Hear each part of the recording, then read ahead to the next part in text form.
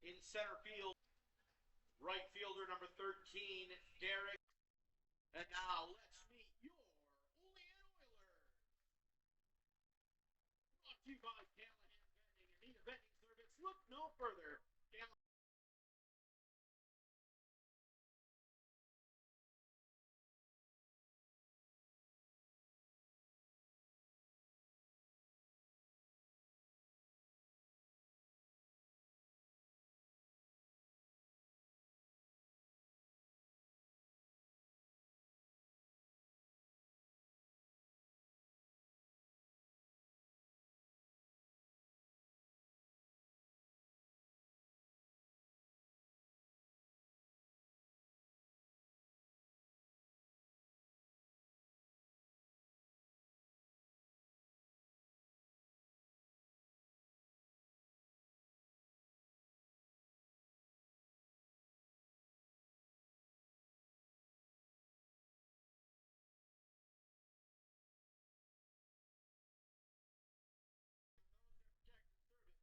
Please rise if you're able and remove your hats for the performance of the national anthem.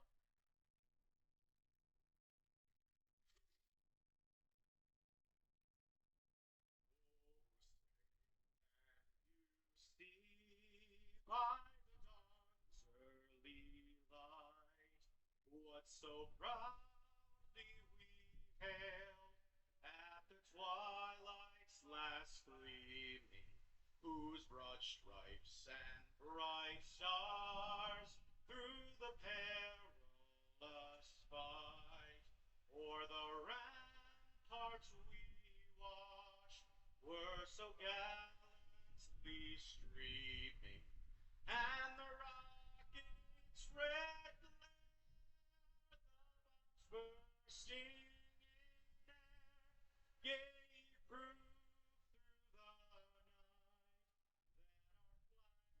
our flag was still there. Oh, say does that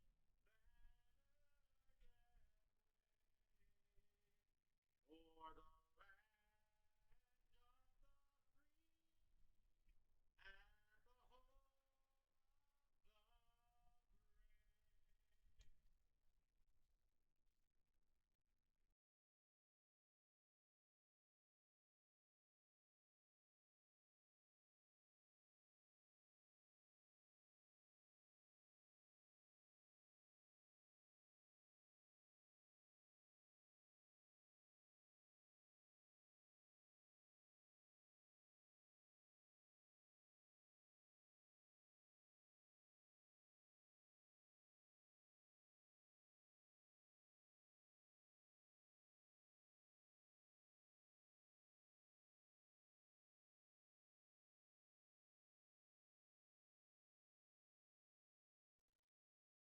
It's been a week since the last time the Olean Oilers took the field at Bradner Stadium, but they are back on their home field tonight for a matchup between the Oilers and the Niagara Falls Americans. Good evening, everyone. I'm Matt Volz, and welcome to this broadcast of Olean Oilers baseball.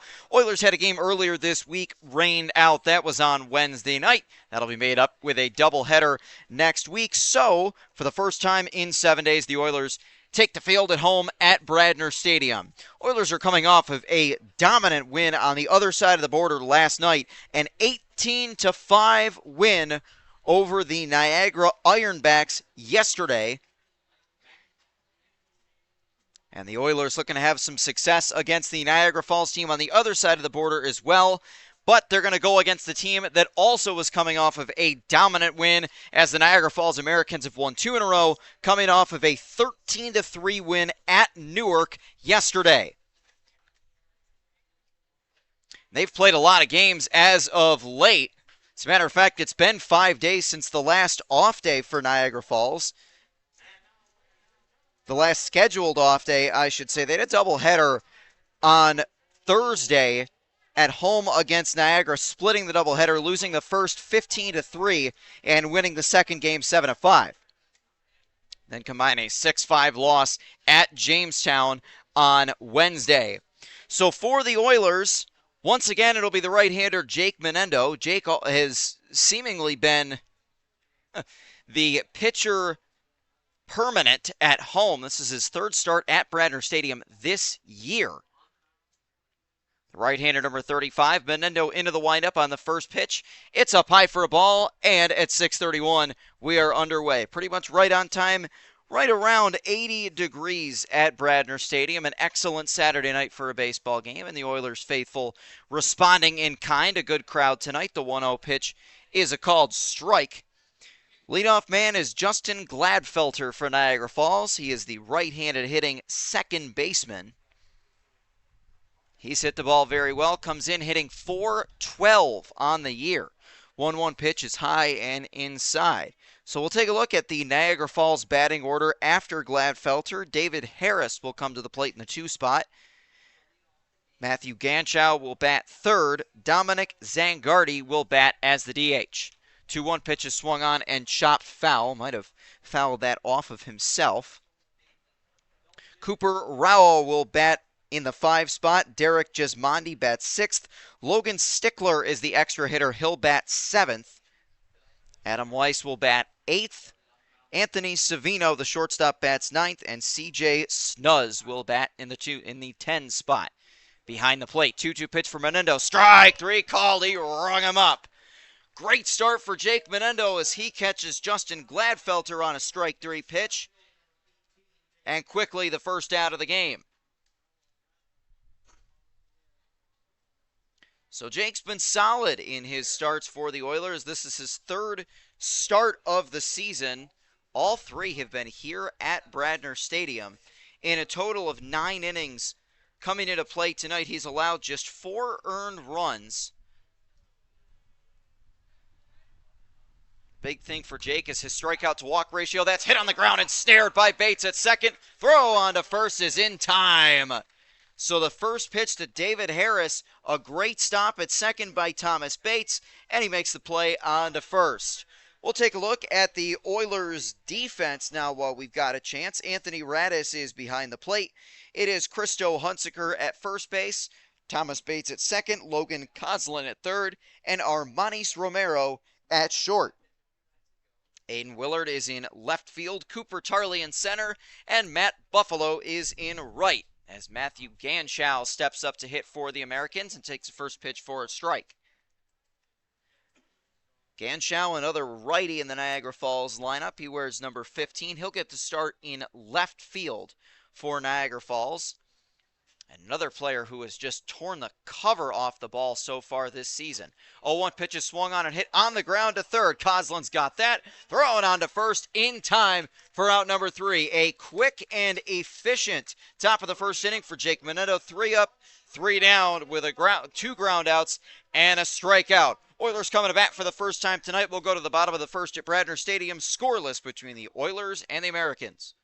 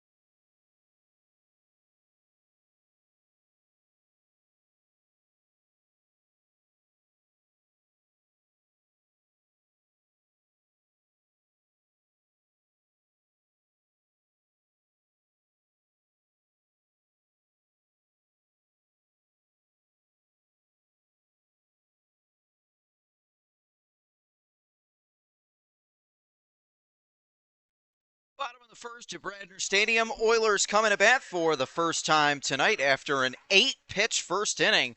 from Jake Benendo. 3 up, 3 down. A strikeout and 2 groundouts. Got some help from his defense as well. Some great plays by Logan Coslin at third and Thomas Bates at second.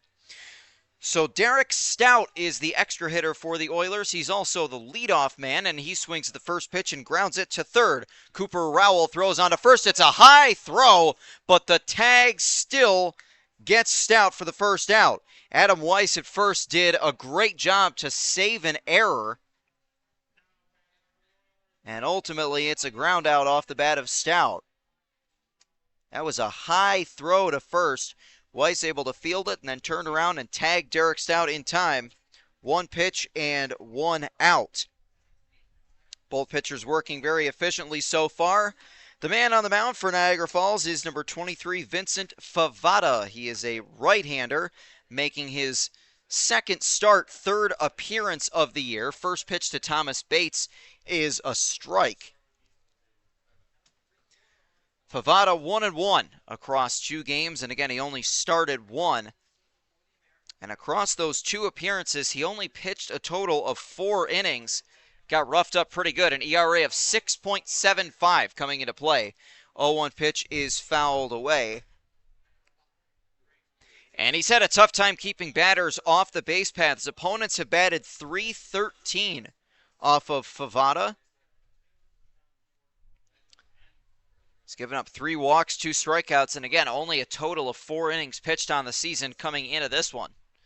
0-2 pitch to Bates is inside. That backs him up off the plate, ball 1. We'll take a look at the Oilers' batting order. Of course, you saw Derek Stout first, Thomas Bates in the 2 spot. Aiden Willard is on deck for the Oilers. Cooper Tarley will bat in the cleanup spot. For the rest of the lineup, the 1-2 pitch to Bates, swung on and hit on the ground to short. Diving stop by Savino. Long throw into first is not going to be in time. So an infield hit for Thomas Bates. A great diving stop by Savino. But ultimately, the Oilers get their first hit and first base runner of the game. It's an infield single for Thomas Bates, who's hit the ball excellently in yet another year with the Oilers, the hometown kid. So we'll take a look at the rest of the Oilers' batting order as Aiden Willard comes to the plate. Jack Painter is the DH. He'll bat in the 5 spot. Anthony Radis comes to the plate 6th. First pitch to Willard is low. Christo Hunsaker, the first baseman, will bat in the 7 spot. Logan Coslin bats 8. Matt Buffalo will bat 9th. And Armanis Romero, the shortstop, will come to the plate 10th. 1-0 pitch, Willard swings and chops that one foul.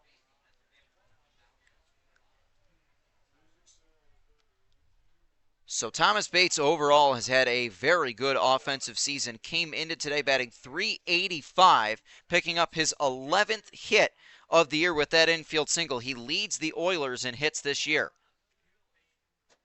1-1 pitch to Willard, just missed, ball 2. No surprise to see Aiden Willard batting in the 3 spot. He has been excellent. He's only started 1 game. There's only his second start of the year, but across 3 games coming in, and even 500. 2 for 4 in total, but he's done a really good job in a limited sample size. 2-1 pitch is low, ball 3.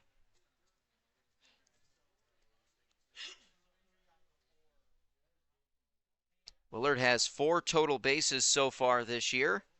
Again, very limited sample size, but he's done well in that sample size. 3-1 pitch is lifted high in the air towards center field. David Harris coming on. He will make the catch for out number 2.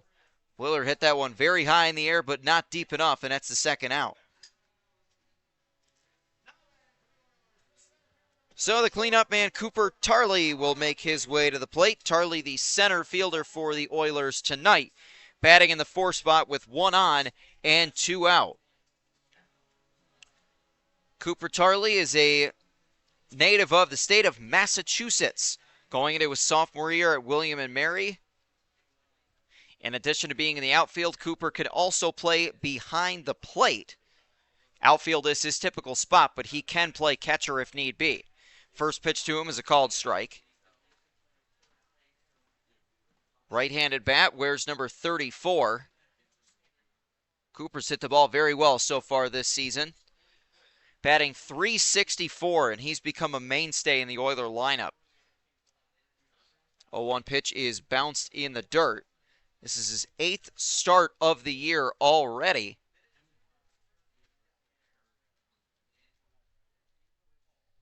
He's started all but 2 games. Oilers as a team have hit pretty well so far this year. .277 average as a team. 1-1 pitch is swung on and fouled back.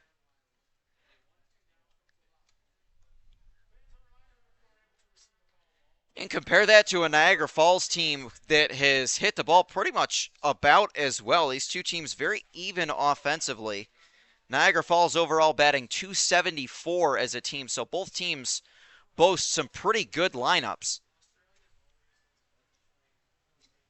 1-2 pitch to Cooper Tarley, swung on and fouled back. We'll do it all over again.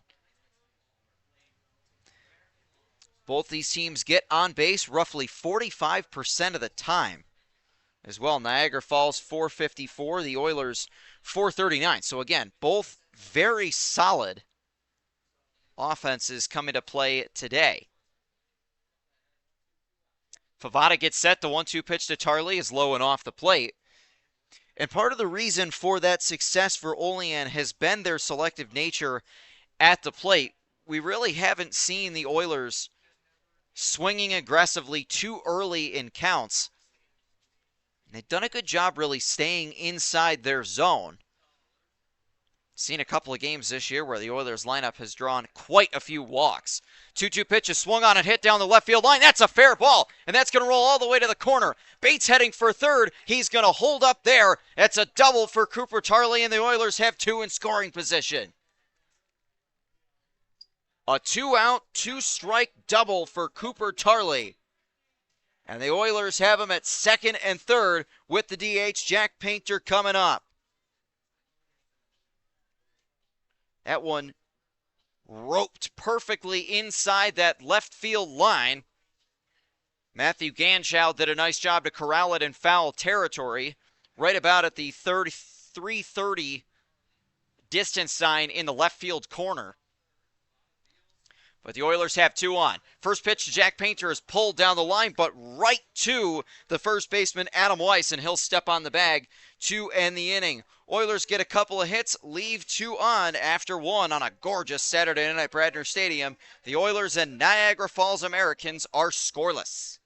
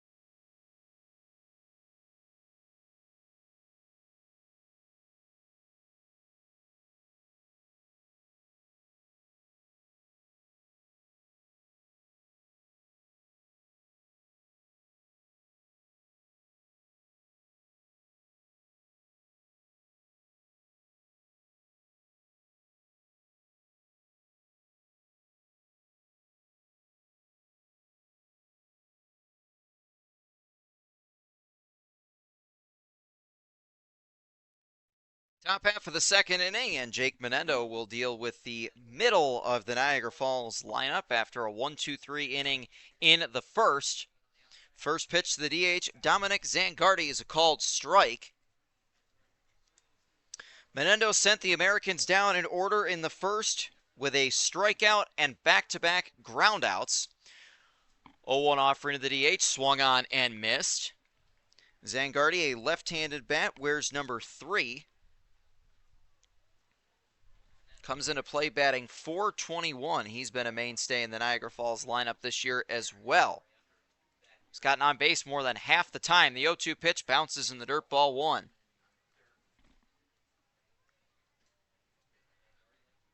So Menendez will see Zangardi followed by Cooper Rowell and Derek Gismondi. 1-2 pitch from Jake. Swung on and hit on the ground to short. Armanis Romero's got it. Thrown on to first. Beautifully in time for out number 1. So the third straight ground out we've seen. And 1 to every infielder. So 1 to Thomas Bates at second. 1 to Logan Coslin at third. Now that one goes to Armanis Romero at short. So Cooper Rowell will step into the batter's box. The third baseman for Niagara Falls tonight. A right-handed bat, wears number 6. Cooper looking to get the offense going tonight. First pitch is outside.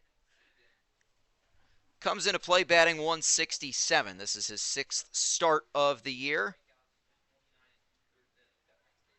Does have 7 RBIs, though. 1-0 pitch is low, ball 2.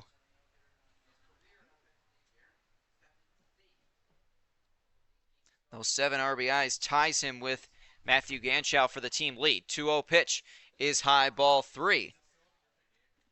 Even though he's only batting .167, Cooper's done a great job of getting on base this year.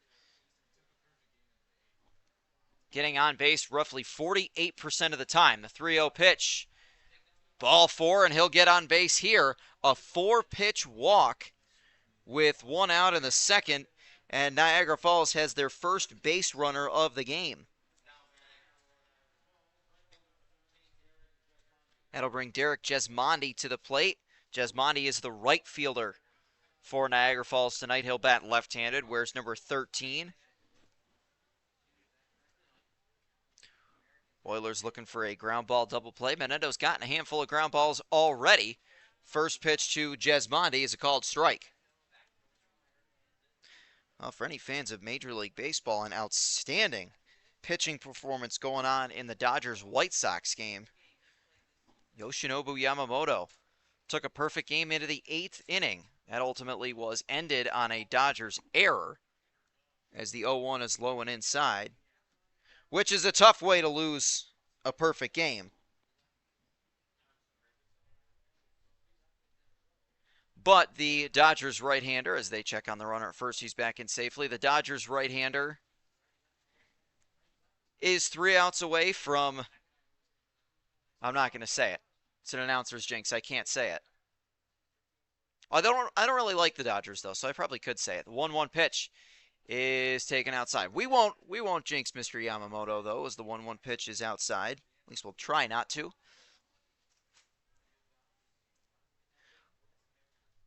Well, Derek Gismondi for Niagara Falls has been one of their better hitters this year. Batting .444, making his 7th start of the year. 2-1 pitch swung on and hit on the ground, foul. Off the third base side. Good mix of lefties and righties in the Niagara Falls lineup. And again, you look at batting average, that's kind of the metric that stands out above all else. But Niagara Falls as a team, they get on base an awful lot from a lot of different ways. It's a good reason why they've been one of the better offenses in the league. 2-2 pitches swung on and hit on the ground, past Romero, a base hit. So Niagara Falls has their first hit of the game, a single from Gismondi. And now 2 on to bring up the extra hitter, Logan Stickler. So after the first 4 were set down, back-to-back have reached. And the EH, not the DH, the EH will step into the batter's box, Logan Stickler. Again, remember the PGCBL allows for a 10-batter lineup, adding the extra hitter into the mix as well. Because why not, right? First pitch from Menendez is up high, ball 1. So Logan Stickler, a right-handed bat, wears number 17. Stickler batting .250, making his fourth start. That one is just off the plate. Boy, few pitches have been very close. Stickler being selective, that's something that Niagara Falls does very well. On base percentage of .417. He's drawn 2 walks so far in this young season. 2-0 pitch is swung on and fouled away.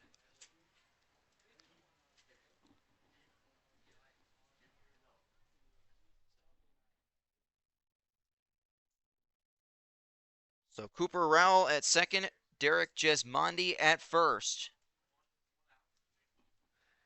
Neither one of them are the team's marquee speedsters, but they run well. The 2-1 pitch is high, ball 3. So now Jake Menendo's got to be really careful. And I mentioned marquee base runners. The leadoff man, Justin Gladfelter, has 10 stolen bases already this year. He's the only Niagara Falls American with more than 1. 3-1 pitch for Menendo, swung on and chopped on the ground to second. Bates flipped to second, not in time. On to first, not in time either. Bates tried to flip to second, but ultimately that one hit into a tough spot, and the bases are loaded with 1 out.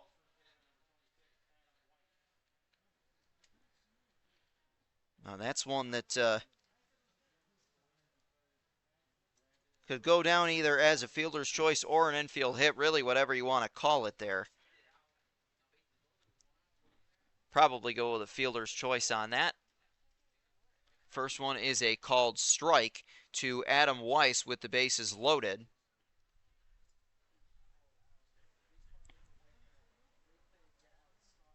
Yeah, the flip to Bates tried to flip it to Romero, covering the bag at second. 0-1 pitch is hit on the ground. Bates has got it. Flip to second for 1. On to first. Wide throw, but Hunsicker doesn't make the play.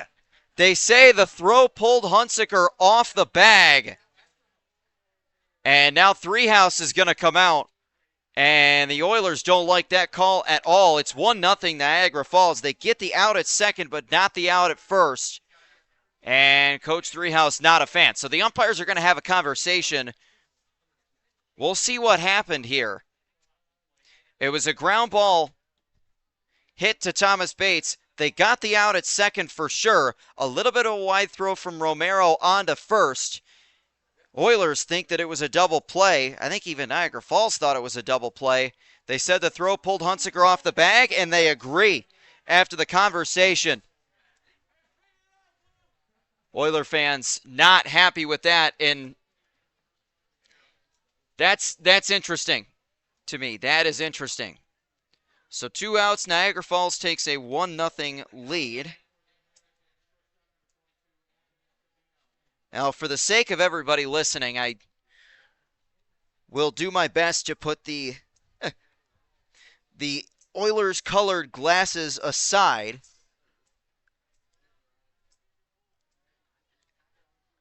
And not officially be on the record as saying that that is a horrendous call. Makes absolutely no sense, but it's not like our vantage from the press box looks right down onto the first base bag or anything. For those unfamiliar with Bradner Stadium, that's sarcasm. It does. So the first pitch here to Anthony Savino is a ball. Niagara Falls has a 1-0 lead. Our infield umpire so wonderfully decided a moment ago. Runners at the corners and 2 outs. The 1-0 pitch from Menendo swung on and chopped to short. Romero's got it. Long throw on to first. That's in time. Did he pull his foot off the bag? Did he pull his foot off the bag? Got to take a second to look. Apparently this time his foot was on the bag. There's a difference between the last 2 plays somewhere.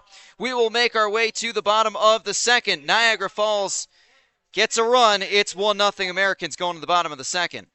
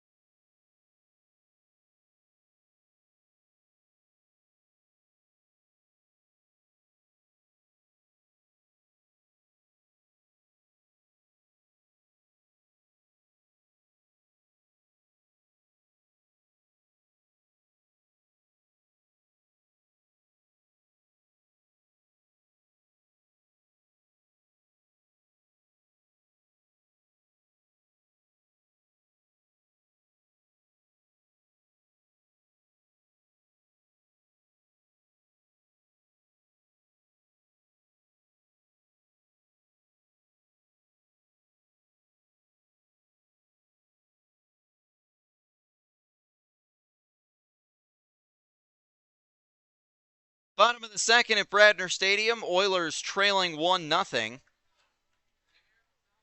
And the catcher, Anthony Radis, will lead things off for Olean. It'll be Radis followed by Christo Hunsaker and Logan Coslin. First one to Radis is low for a ball. Oilers were very displeased with the call of Christo Hunsaker's foot being off the bag at first that allowed the run to score, negated a double play. Best way for the Oilers to forget about that is for their offense to put up some runs. And fortunately for this home crowd, they have done that very well this year. 1-1 to Anthony Radis. The Oilers, again, offensively as a team, an average right around 280 coming into play. Both these teams have some of the best offenses in the league. That one hit up the middle. That'll get through for a base hit. A leadoff single for Anthony Radis. Oilers had 2 hits in the bottom of the first inning. Couldn't bring anybody home to score, but the leadoff man is on in the home half of the second. So that'll bring Christo Hunsaker to the plate. Hunsaker at first base for the Oilers tonight, playing first base when his foot is on the bag. Batting .176 so far this season. This is his 6th start of the year. Again, Hunsaker, another case of hasn't necessarily hit the ball as well as he's liked this year, but done a really good job of getting on base from a multitude of other ways, as the first pitch is low, ball 1.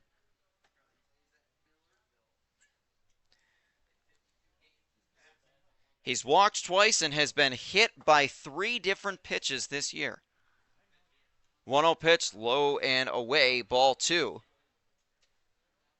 Of course, Christo would probably prefer either a walk or a base hit than a hit by pitch, but either way you get on base.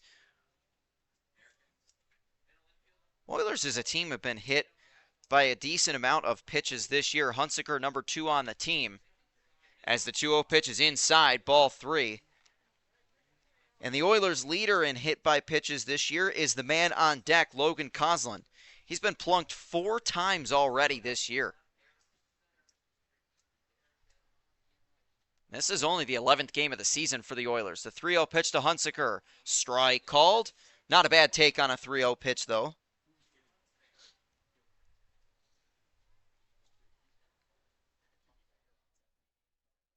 Well, we'll take a look at the Americans' defense. It's a short lead off of first for the catcher, Radis. 3-1 pitch is high and inside, ball 4. So the first 2 have reached in the bottom of the second. The Oilers with a chance to potentially do some damage and get that run back. We will take a look at the Americans' defense. It is Vincent Favada on the mound for Niagara Falls. CJ Snuz is behind the plate. Adam Weiss at first. Justin Gladfelter, the speedster, if he gets on base in this game, look out. He's at second base. Cooper Roll at third. Anthony Savino is at short. Matthew Ganschow in left field for Niagara Falls. David Harris in center. Derek Jesmondi in right. First pitch to Logan Coslin is high and inside. And how about a steal? Anthony Radis swipes third base, and the Oilers have him at the corners. The first pitch missed, and Radis saw an opportunity and just bolted to third. So how about Anthony Radis with some heads-up base running? And he steals his first base as an Oiler. Again, you don't usually see, it's not quite as common to see your catchers steal bases, but Oilers are certainly happy with it. Hunsaker also has not stolen a base yet this year. He has not attempted a steal yet this year. Maybe that'll change. Not on this pitch, though, as the 1-0 is inside to Coslin. Oilers have definitely been one of the better base running teams in the PGCBL this year. Again, these are 2 excellent offenses. 2-0 pitch. Here goes Hunsaker. That one swung on and fouled away off the pole. That might be one of the closest foul balls we've ever had to coming into the press box. That went off the foul pole right in front of me down the first base line. That looked like it was coming straight in the window for a second. So Hunsaker, we'll see if he attempts to go again. He will not. The 2-1 pitch is a called strike. They tried to go with the hit and run with Coslin, but ultimately he fouled it off. Well, even a tailor-made ground ball double play gets you a run if you're the Oilers, but they're thinking more than that. 2-2 to Coslin. There goes Hunsaker, and that hits him. So how's that for a little bit of prophecy? Just as I had mentioned a minute ago that Logan Coslin leads the Oilers in hit by pitches, he gets hit by another one. That is his 5th hit by pitch of the season. And the first 3 have all reached. The Oilers have them loaded with nobody out in the bottom of the second. Now this could certainly get interesting here in inning number 2 as Matt Buffalo comes to the plate. For what it's worth, Matt Buffalo has not been hit by a pitch yet this year. He swings at the first pitch and grounds it to third. Throw is going to go home, and it goes all the way to the backstop. 1 run will score. Here comes Hunsaker. He'll score 2. And a throwing error gifts the Oilers 2 runs. They've got a 2-1 lead. An incredibly costly error. And Olean takes a 2-1 lead on the ground ball from Buffalo. He reaches on the E5 as Cooper Rowell's throw sailed away. Radis and Hunsaker both score. Coslin to third, and Matt Buffalo found his way to second. So an incredibly costly error for Niagara Falls. And the first one here to Armanis Romero nearly hits him.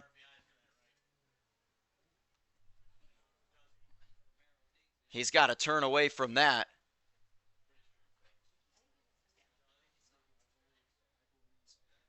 Now the 1-0 pitch. Oh, that almost hit him again. Romero had to duck to get out of the way of that. So 2-0 now.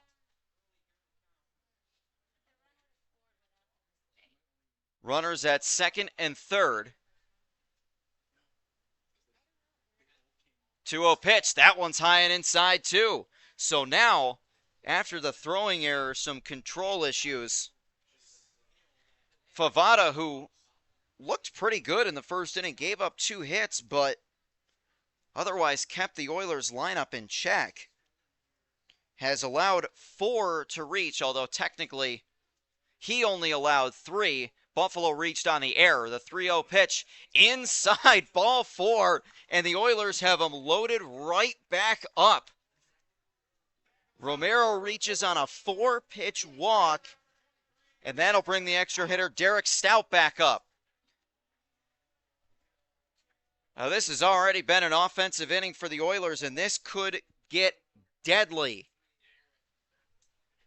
if the Americans aren't careful, both defensively and for Favada on the mound. First one to Derek Stout is lifted in the air toward deep left center. That is going back. That will be caught by David Harris. Tagging and coming home to score is Logan Coslin. So the first out of the inning, it's a sac fly off Derek Stout's bat, and the Oilers are up 3-1.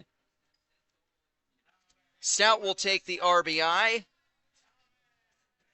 That'll bring Thomas Bates to the plate.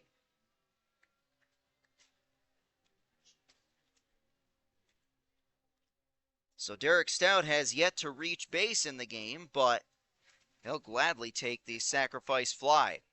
So Thomas Bates comes in with 2 on and 1 out. Bates reached on an infield single back in the first inning. Was ultimately left stranded over at third. First pitch to him from Favada is a called strike.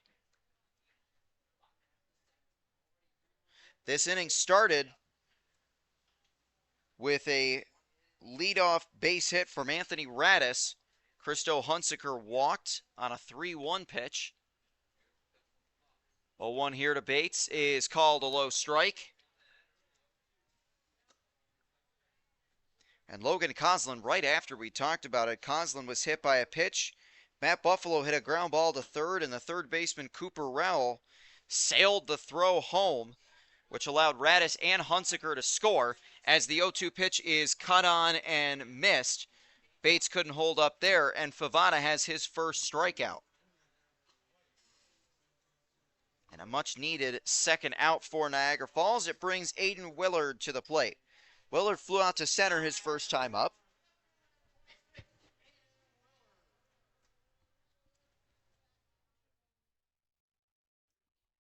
Aiden, a native of Palmyra, Pennsylvania, heading into his freshman year at Delaware. He swings at the first pitch and sends this out to right center field. That one going back. It is over the glove of David Harris. Coming home to score is Buffalo. Rounding third is Romero. He will score. And heading into third with a 2 RBI triple is Aiden Willard. Oilers lead 5-1, their 4th hit of the game. And a 2-out, 2-run triple off the bat of Aiden Willard. He drives in 2. As Buffalo and Romero both score. And again, you talk about the costly nature of that throwing error. Buffalo, who reached on the error, comes home to score, as does Romero. First pitch here to Cooper Tarley is a called strike. Well, Cooper would love to do what he did back in the first inning, laced a double down the left field line. Runner at third, that is Aiden Willard with 2 outs. The 0-1 to Tarley, swung on and pulled just foul down the third base line. This has turned into quite a lengthy and powerful offensive inning for the Oilers. No sign of any relief coming in for Favada either, so hope for Niagara Falls that he'll just wear this inning and move on past it. 0-2 pitch to Tarley is up high, ball 1. We've seen that a lot this year, Oiler hitters on pitches that you would almost always see batters, especially young batters, swing at. Been very disciplined, not chasing things on 0-2. Being smart about takes. The 1-2 pitch hits him. So the second hit by pitch of the inning, Cooper Tarley gets plunked. And the inning continues to the DH, Jack Painter. Tarley is on base for the second time tonight. And the inning continues. That is the third time that Cooper Tarley has been hit by a pitch this year. Oilers as a team have been hit quite a bit. Now we might see some action in the Niagara Falls bullpen. First pitch to Painter is a ball. Throw down to second with the runner going. Throw is high, and the runner will come home to score. So how about that for stealing a run? Cooper Tarley snags second. The throw from the catcher, Snuzz, was high, and it allows Aiden Willard to come home and score. Oilers lead now 6-1. And the pitch was a ball to Jack Painter, too. So Tarley gets the stolen base. 1-0 to Painter is swung on and popped up near the Niagara Falls bullpen toward left field. That will drop foul.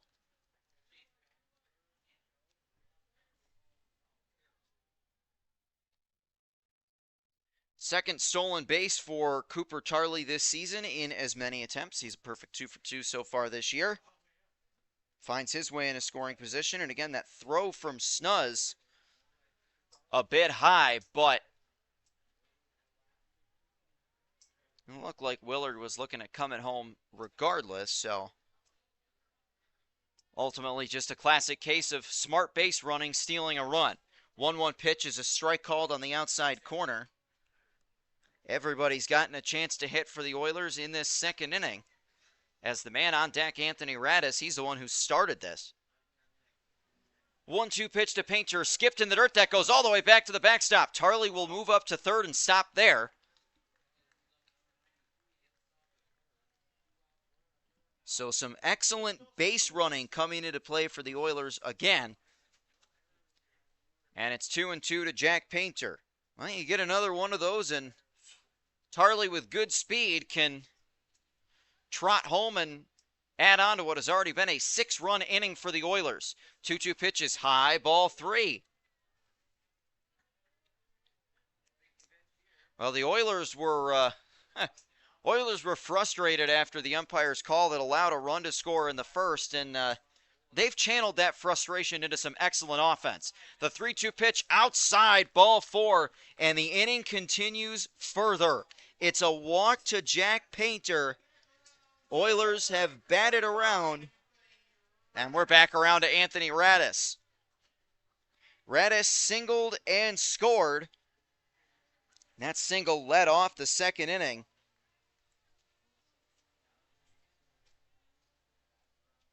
So this inning has gone from problematic to bad to even worse for Niagara Falls. For Olean, on the flip side of that, it's gone about as well as an inning can go, especially early in the game. Radis takes the first pitch low for a ball. Again, the Oilers have, at times the Oilers have been up and down this year. The 1-0 pitch swung on and hit the line on a line, but that is caught by Savino for out number 3. Well, for the Oiler faithful, frustrated after the call, they're happy now. The Oilers get 6 runs. They pick up 3 hits, and a costly error brings home 2. Oilers plate half a dozen in the home half of the second. They lead it 6-1 going to the third.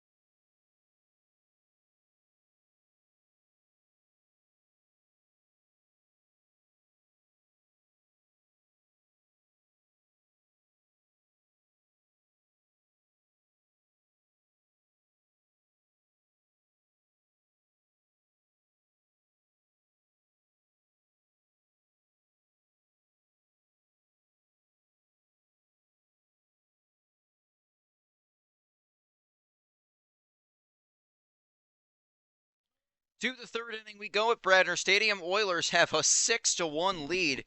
Jake Menendo got a lot of time to rest.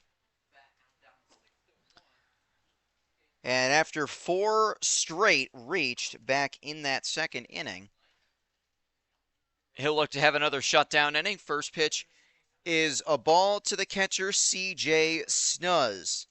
It's the only batter we haven't seen yet in the 10 spot for Niagara Falls.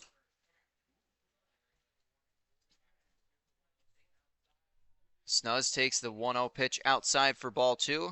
CJ batting 167 on the year so far.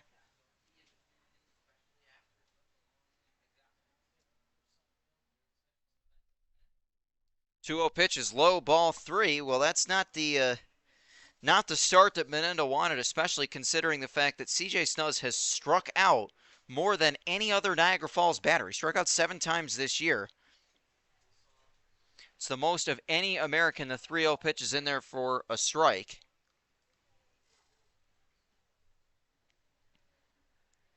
I figure hitters at the bottom of the lineup, you really want to attack these guys. Obviously, you don't give them anything right down the heart of the plate. 3-1 pitch is a called strike. So Jake doing a good job to come back and make the count full. Not something we've seen in this game.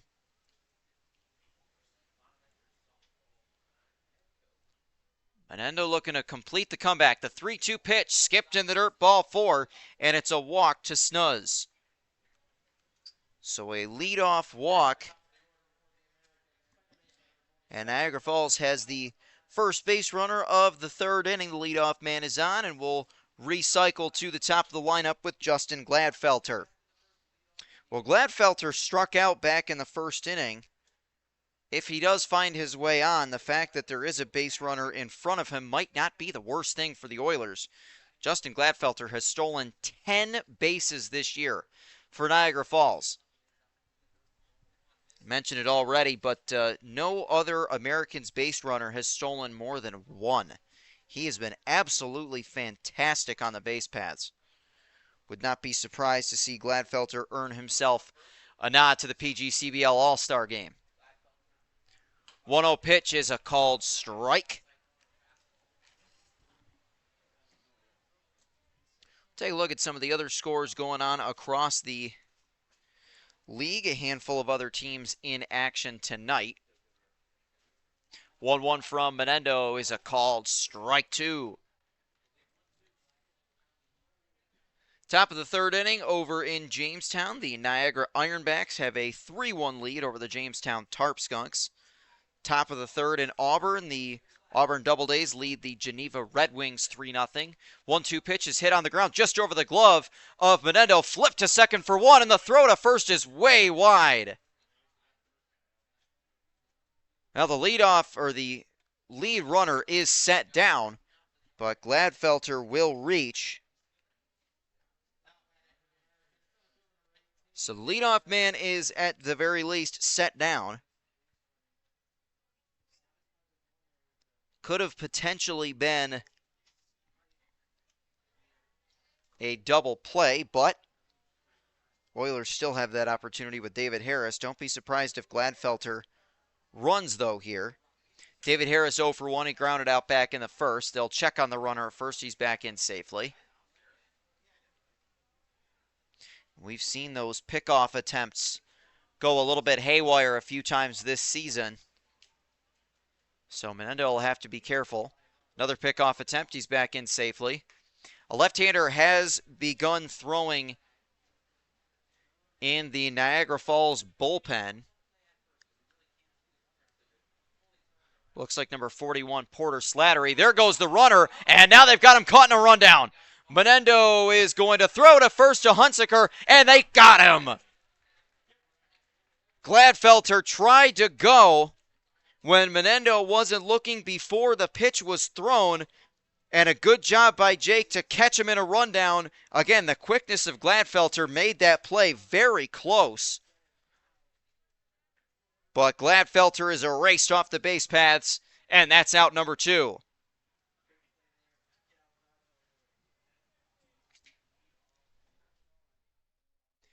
So that's some good news for the Oilers defense as well as Menendo. Again, that play back into first was a really close one. First pitch to David Harris is a called strike. Gladfelter almost found his way back safely to first.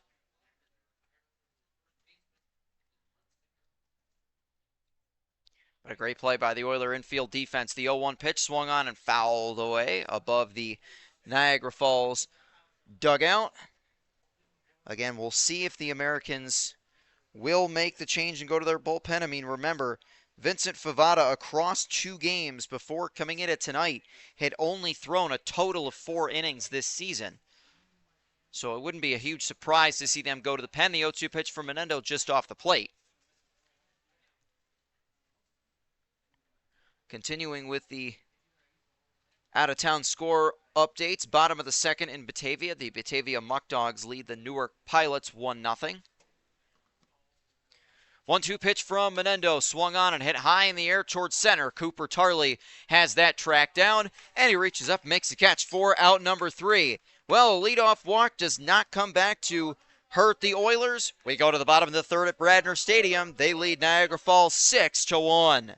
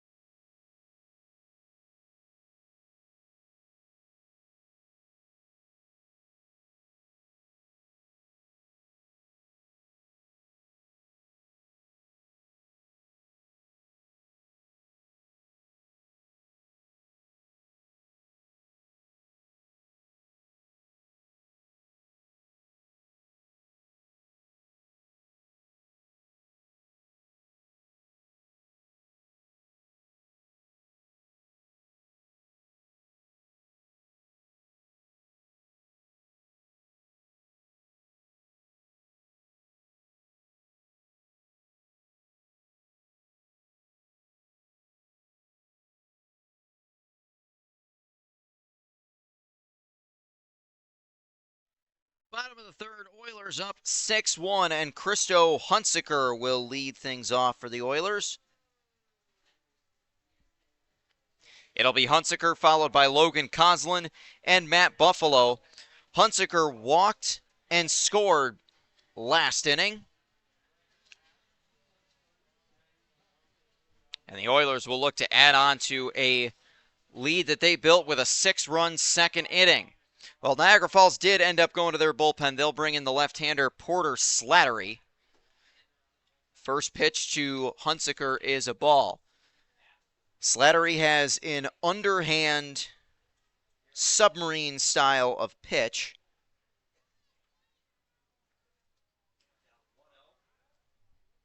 1-0 pitch is high, ball 2. And he will see all 3 right-handers. 2-0 offering on its way. That is high and inside, ball 3. That's something that sometimes you see.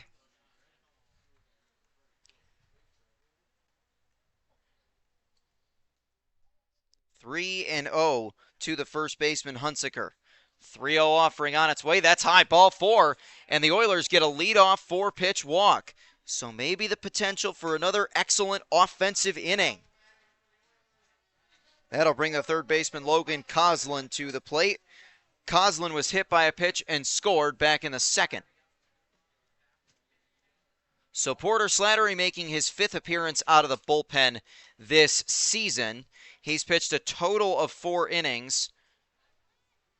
That walk to Hunsaker, his 8th of the season. He struck out 6. And the first one here to Coslin is low, ball 1.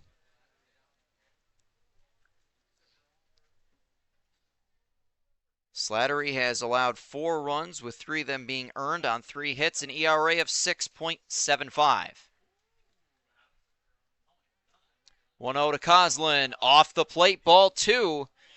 So Slattery has missed with 6 straight pitches since coming into the game.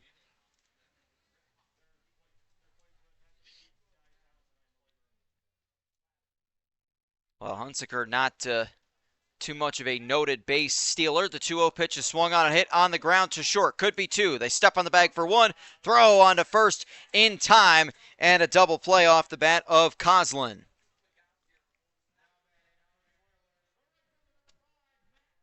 So the base runners are erased, and that'll bring Matt Buffalo to the plate. A 6-3 double play. So with 2 outs, nobody on, Matt Buffalo will come to the plate. He reached on a throwing error his first time up. He swings and fouls this one off. Of course, that was a ground ball to the, with the bases loaded, nobody out, it was a ground ball to the third baseman, Cooper Rowell, and his throw home to try and get the force went all the way to the backstop. The 0-1 pitch is away, ball 1.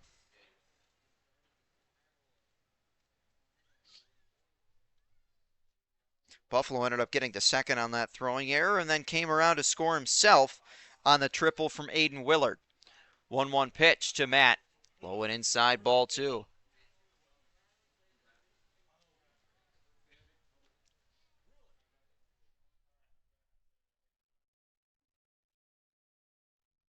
Well, the lineup trying to continue what they started back in the second inning. 2-1 pitch lifted in the air toward right center field. That ball's going to get down, and that's going to roll almost all the way to the wall. Picked up in center by David Harris, and into second, standing up, is Matt Buffalo. Buffalo's on base for the second time tonight. Already the 5th hit of the game for the Oilers, and it's another 2-out base runner. So Buffalo picks up the double. And the Oilers are a home run away from the team cycle in this one. They've got a couple singles, they've got a double, and they've got a triple as well. First one to Armanis Romero is up high for ball 1.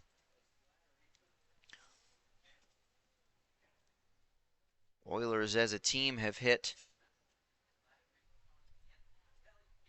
Just one home run so far this year. That was a home run that Cooper Tarley hit here. Buffalo wandering off the base. They'll check on him at second. And, ooh, the throw almost got him. Not quite.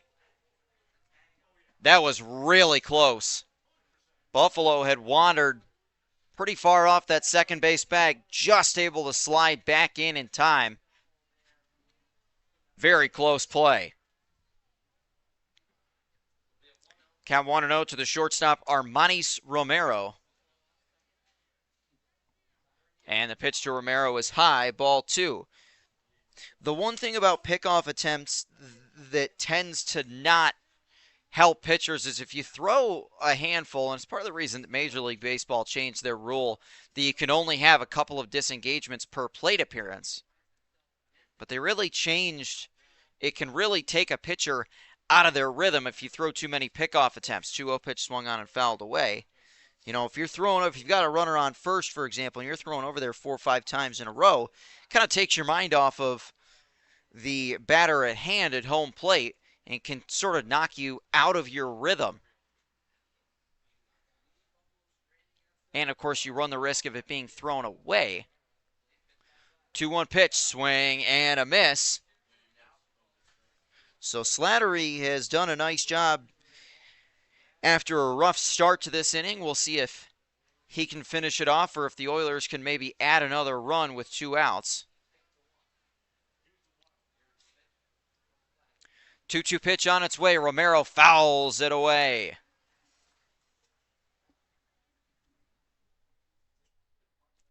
So 2-2 with 2 outs.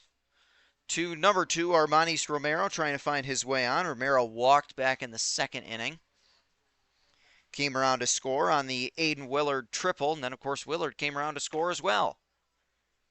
2-2 pitch, swung on and lifted in the air towards shallow left. This might drop. It will. Buffalo around third. The throw home is going to be late. And the throw actually goes back to the backstop, and Romero's going to snag second base.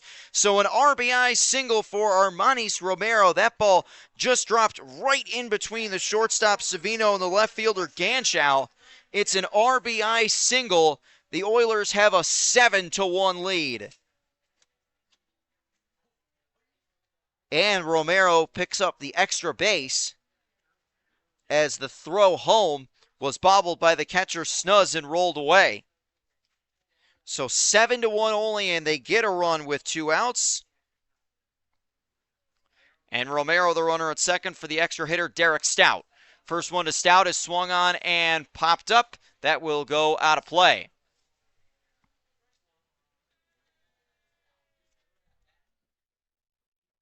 So Derek Stout has not reached base yet tonight. Grounded out in the first. Picked up an RBI with a sac fly in the second.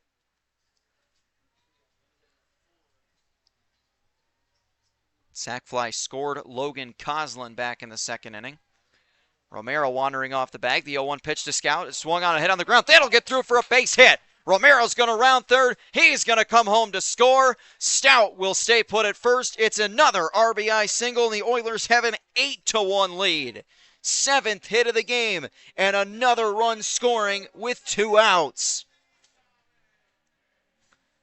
So Derek Stout's second RBI of the game.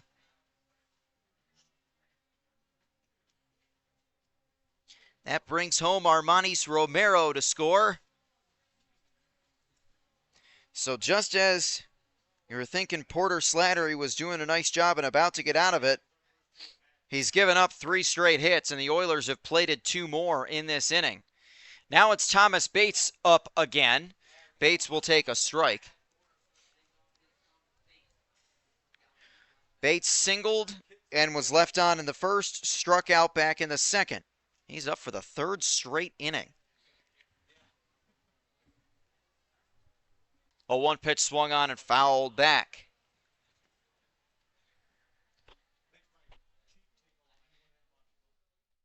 Now the Oilers have certainly had some not only 2-out magic, but 2 strike magic so far in this game. We'll see if Bates can come back from it. Stout with a short lead off of first. 0-2 pitch to Bates, swung on and lifted high in the air toward deep right. That one going back, and that will drop foul. Woo. That hit not too far from being home run distance, but ultimately was foul. So Bates will do it again on an 0-2 pitch. Oilers scored 6 in a monster second inning, and they've put up 2 more in this inning, both with 2 outs. 3 straight hits after the double play. 0-2 to Bates, inside. Christo Hunsaker led off the inning with a 4-pitch walk. Logan Coslin grounded into a double play. Then a double for Matt Buffalo, a single for Armanis Romero to score him, a single for Derek Stout to score him. Stout goes, and the 1-2 pitch is fouled back.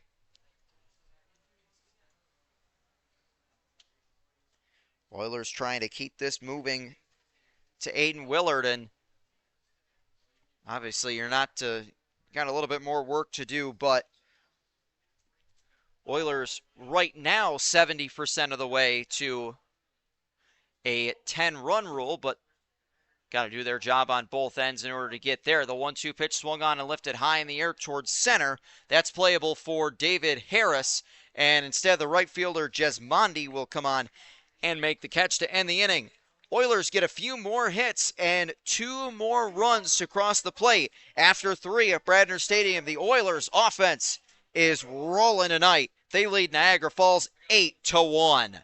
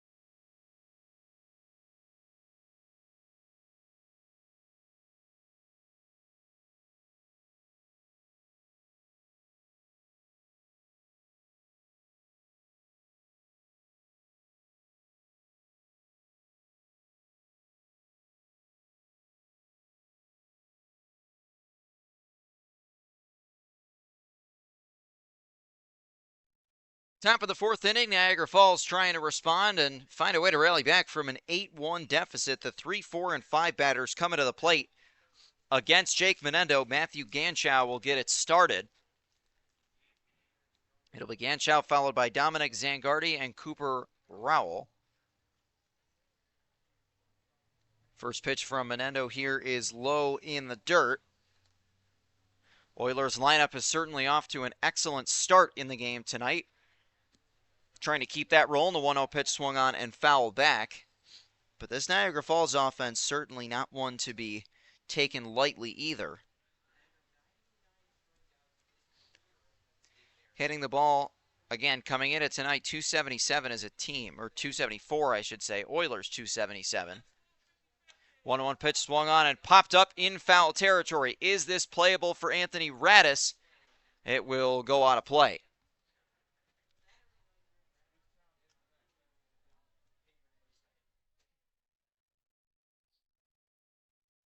So again, some other scores from across the Perfect Game League tonight. Full slate of games. Niagara still leading Jamestown 3-1 over at Dietrich Park in Jamestown. Top of the fourth, the Auburn Doubledays lead the Geneva Red Wings 4-0. 1-2 for Menendo, swung on and foul back. Batavia still leading Newark 1-0, bottom of the third. Talk about another game with some offense. Bottom of the third inning in Mohawk Valley. The Outlaws and Diamond Dogs tied at 5 in the third inning. 1-2 pitch skipped in the dirt, blocked by Radis. Other games, top of the second in Boonville, the Socrates Stallions, the first place in their division, Socrates Stallions, lead Boonville 1-0. And top of the third, the Amsterdam Mohawks have jumped out to a 5-0 lead over the Utica Blue Sox. 2-2 from Menendo, swung on and fouled back. So Ganschow doing a nice job to stay alive. He's gotten a handful of 2-strike pitches to stay in it. This is a Niagara Falls team that is still looking to shake off a bit of a rough start.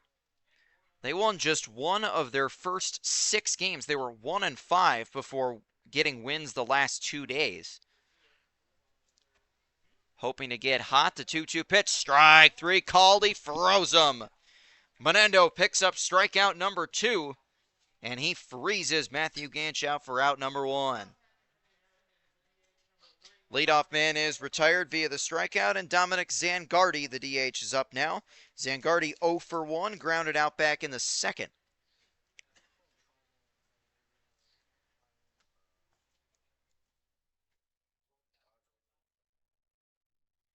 First pitch to Zangardi is a ball. Oilers have 7 hits in the game compared to just 1 for Niagara Falls. The 1-0 pitch grazes the shoe tops, 2-0. Not to mention an error brought home 2 runs. Oilers have definitely had an up and down season so far. The 2-0 pitch from Menendo swung on and chopped on the ground. Snared at third by Coslin and thrown on to first for out number 2. Coslin with a great play over at the hot corner, able to snare that, and it's out number 2. Rochester's third baseman will come to bat. Of course, you think about a team called the Americans. Rochester's the first one that comes to mind for a lot of people. Niagara Falls' third baseman, rather, will come to bat, and it's Cooper Rowell. Rowell walked and scored back in the second. First one to him from Menendo was low, but Rowell couldn't check his swing. It's strike 1. Oilers lost their first 2, then won 2, then lost 1, won 2, then lost 2, and won 1. 0-1 pitch is low, ball 1.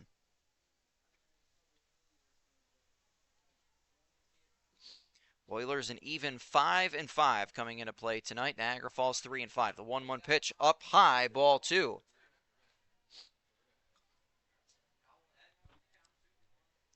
So trying to be careful with pitch selection is Jake Menendo. You don't want to issue a 2-out walk. 2-1 pitch is inside and not held onto either. It's ball 3.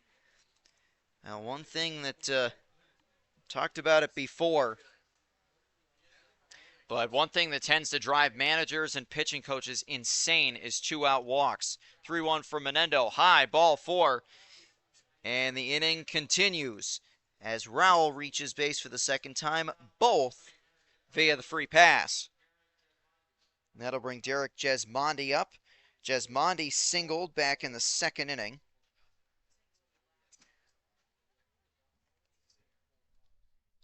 Runner at first and 2 outs as Menendo tries to work his way out of this top of the fourth. First one on its way, that's chopped on the ground. Hunsiker with a great play at first. He will race to the bag and get there in time. A nice play from Christo Hunsiker to grab that and beat Derek Jesmondi to the bag. Runner left on. We'll go to the bottom of the fourth. Oilers still leading 8-1.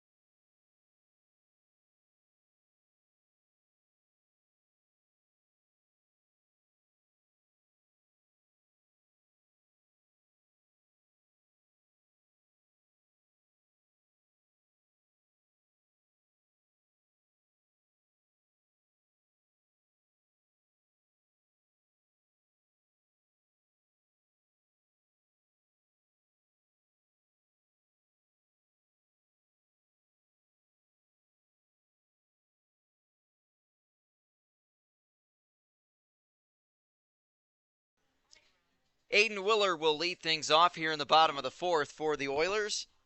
They lead it 8-1 and looking to add on to it. We'll see Willard followed by Cooper Tarley and Jack Painter. Well, the Oilers could put themselves with a big inning, could put themselves in a situation where they'd be 3 outs away from ending the game as the first pitch to Aiden Willard is a strike. We obviously won't get too ahead of ourselves, but with the big lead, just to put it in the back of everybody's mind, be aware of the situation. The 0-1 pitch is high and inside, ball one. The mercy rule in the PGCBL is if a team is leading by 12 or more after 5 innings, that is when the rule takes effect, as well as leading by 10 after 7. 1-1 pitch is inside, ball 2 to Aiden Willard.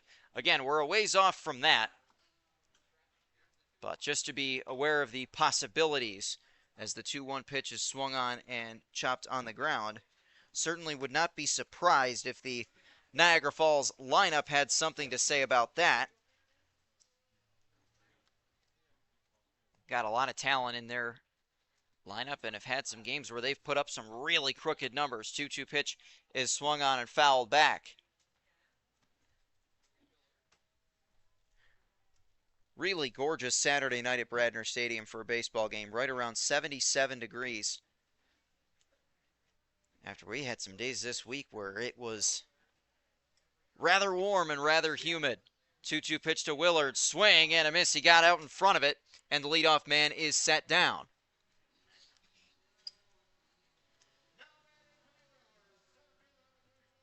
So Willard strikes out. He's set down for the second time in the game, and that'll bring Cooper Tarley to the plate. Tarley looking to reach base for the third time. He doubled back in the first inning, was hit by a pitch, and stole a base in the second. He'll look to get on here with nobody on and 1 down in the bottom of the fourth, and the Oilers enjoying an 8-1 lead here at Bradner Stadium. And the first time they've been here at Bradner Stadium in several days due to some rainouts we had. In fact, it has been 6 days since the last time the Oilers were here at Bradner. An 11-1 loss to Batavia last Sunday. 0-1 pitch to Tarley, swung on and fouled back.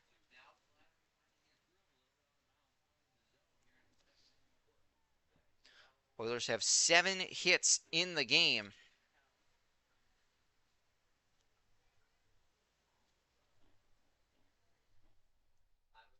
Tarley stands back in, 0-2. And the pitch from Slattery, just off the plate again.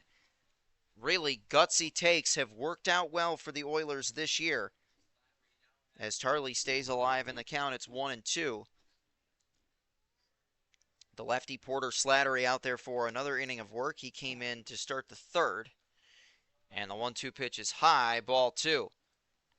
Just 2 innings of work for the starter, Vincent Favada. So 6 total innings pitched in 3 appearances for Favada this season. 2 of those 3 appearances being starts, including tonight. 2-2 pitch to Tarley, just inside, ball 3. So Cooper's come back from down 0-2 to bring the count full. Have not seen a ton of that tonight.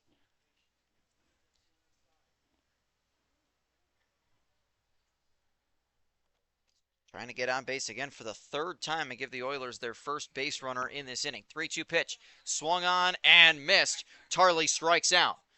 So back-to-back Ks for Porter Slattery. And after a little bit of a rocky third inning, Slattery seems to have settled in. Back-to-back strikeouts against the 3 and 4 hitters in the Oiler lineup. And the DH, Jack Painter, will come to the plate. Painter grounded out in the first inning, walked in the second. First pitch to him here is a called strike.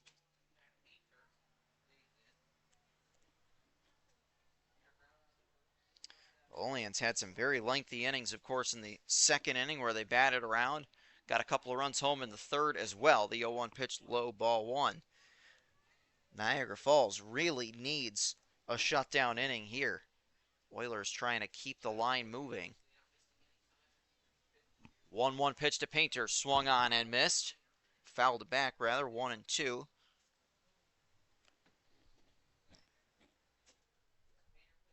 So Slattery just one pitch away from a 1-2-3 inning. The Oilers have not gone down in order yet tonight. Trying to avoid doing that for the first time. And the 1-2 pitch to Painter, swung on and lifted in the air toward right. That will be caught by Jesmondi. So a very nice 1-2-3 inning for Porter Slattery, and that ends the fourth. We will make our way to the fifth inning, Olean still enjoying an 8-1 lead at Bradner Stadium.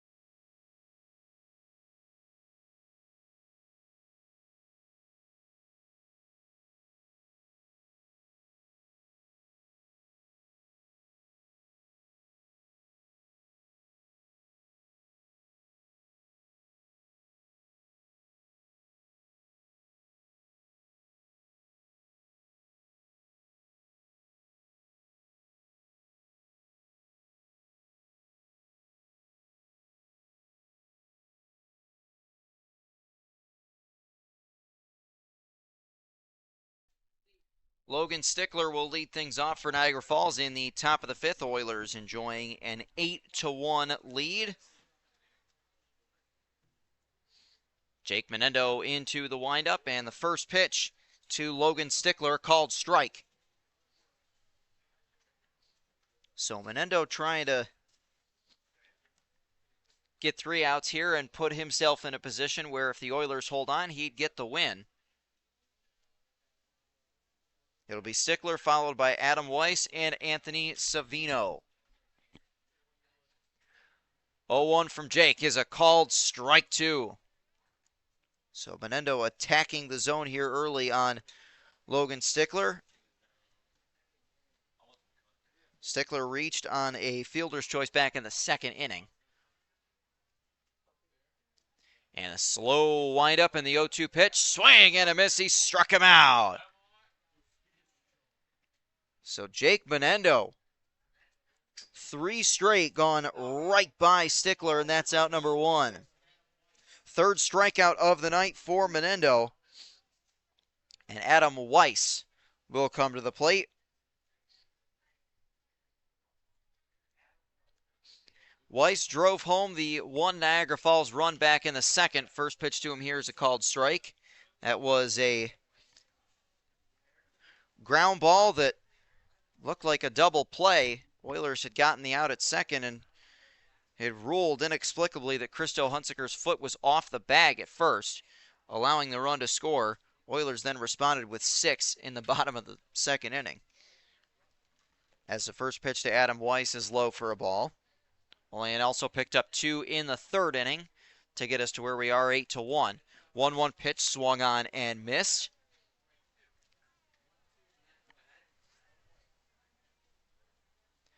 So Jake trying to finish off Another batter. He's got 3 strikeouts on the night. And the 1-2 pitch, slow windup. Here it comes. That one swung on and fouled back. Anthony Savino, the shortstop, waiting on deck for Niagara Falls. He is 0 for 1 tonight. As we approach the 8 p.m. hour here at Bradner Stadium, still an excellent crowd for a Saturday night ball game. The 1-2 pitch, that one sails away and narrowly avoids hitting Adam Weiss. It goes over top of him for ball 2. Haven't really seen much of that from Jake so far tonight. Into the windup and the 2-2 pitch. That one high, ball 3. Well, it's the same thing that happened when there were 2 outs in the 4th inning.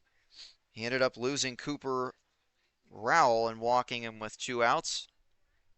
Ultimately did not hurt the Oilers as a ground out from the next batter, Jesmondi, retired the side.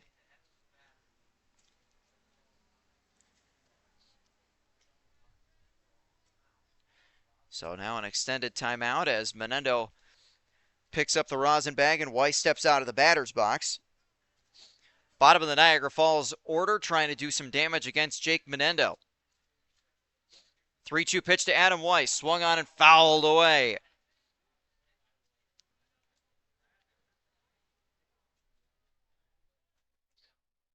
Again, we've really seen both of these lineups excel at just that, keeping at-bats alive, just getting a piece of pitches to foul them off. The 3-2 pitch misses inside, ball 4. So a 1-out walk, and Weiss is on base for the second time. Anthony Savino comes to the plate. He grounded out 6-3 back in the second, and Menendo would love to have that happen again and turn it into a double play. Weiss with a short lead off of first. First one to him is low for a ball. A couple of score updates across the PGCBL for you. The Auburn Doubledays leading the Geneva Red Wings 4-1 in the bottom of the 5th inning in Auburn. 1-0 from Menendo, called strike.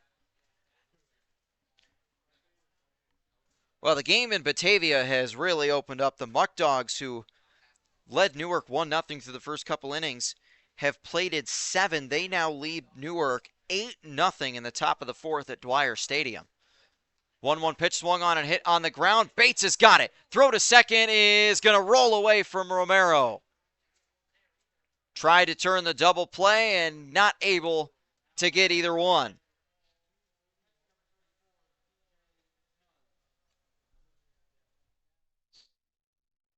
So the throw just a little bit wide. Oilers pick up their first error of the game, and 2 are on.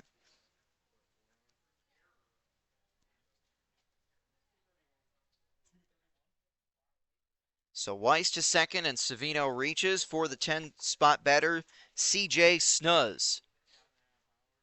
C.J. walked back in the 3rd and was left on. First pitch to him here is a called strike. Well, Menendo got the ground ball he wanted, but Bates had to do a little bit of a slide to go and get it, and then the throw to second base with the shortstop Romero covering was off the mark. The 0-1 pitch is in there for called strike 2.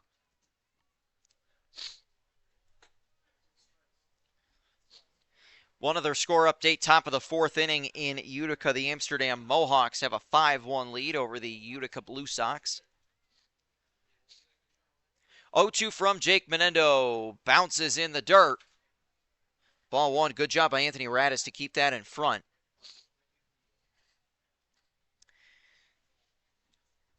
Of course, a big night for professional sports as we're just about 45 minutes away from tip-off of Game 5 of the NBA Finals.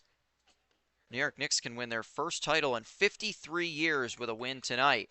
And the 1-2 pitch is called strike 3. Snuz is rung up. Second strikeout of the inning and the 4th on the night for Jake Menendo. And we flip the lineup card back over to the top of the order, and Justin Gladfelter. Gladfelter struck out back in the first inning, reached on a fielder's choice in the third, and then was caught stealing for the first time all year. Tried to steal second, and then was caught in a rundown. First pitch to Gladfelter, low and outside, ball one.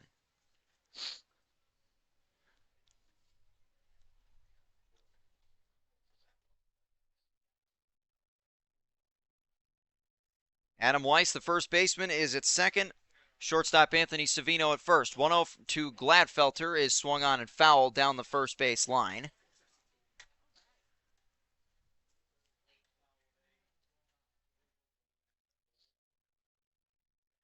Oilers are on the road tomorrow for a matchup with the Geneva Red Wings. They're not home again for another handful of days, as the 1-1 pitch is a called strike. June 18th, the next home games, and I say games as it is a doubleheader, taking on Batavia.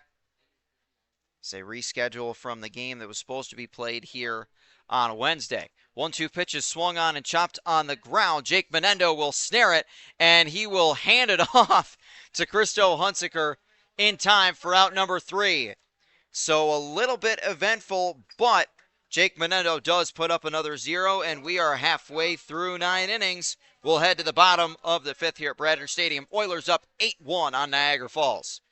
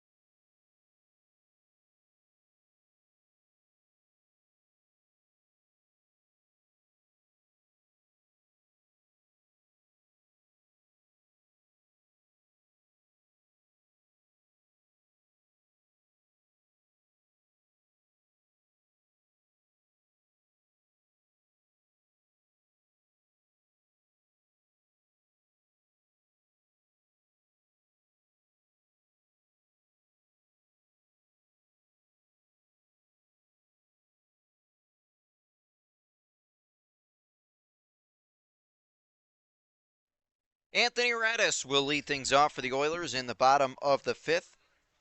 The 6th, 7th, and 8th place hitters for the Oilers in this inning. Radis takes a big swing and comes up empty. It'll be Radis followed by Christo Hunsaker and Logan Coslin. Anthony Radis 1 for 2 in the game, singled and scored in the second, lined out also in the second as the Oilers batted around in that inning. 0-1 pitch outside, ball 1. And if the Oilers do that again, we could be looking at a potential 12-run rule situation. Again, Oilers have got some work to do before they get there. Just focus on putting a few good at-bats together. 1-1 pitch is inside, ball 2. It is a very right-handed heavy batting order for Olean. The 2-1 pitch is swung on and hit on the ground to short. Long throw on to first is in time. Nice throw from Savino, and the leadoff man is set down in the home half of inning number 5. Radis 1 for 3.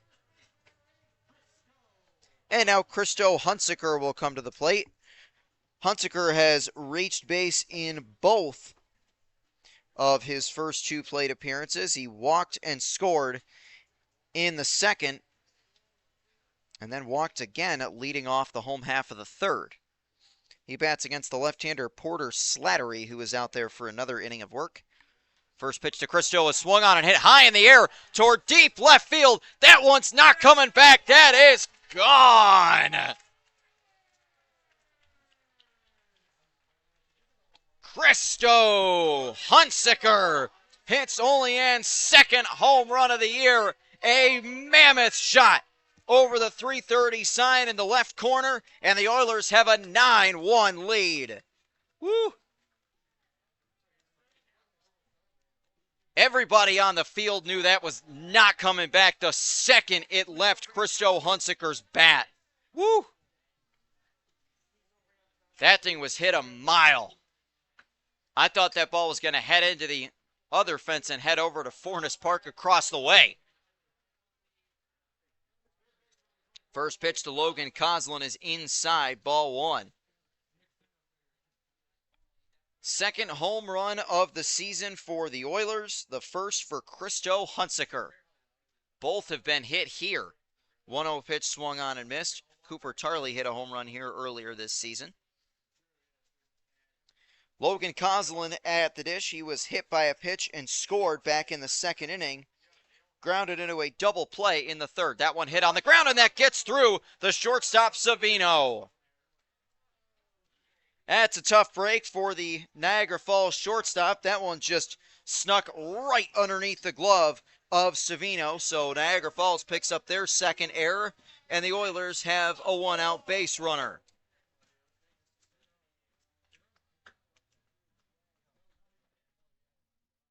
So an E6 allows Coslin to reach, and Matt Buffalo will come to the plate. Buffalo's been on base both times he's come to the plate. He swings and misses at the first pitch. Buffalo reached on a throwing error by the second baseman Cooper Rowell back in the second inning. He came back around to score. Doubled and scored in the third. Takes the 0-1 pitch for a called strike.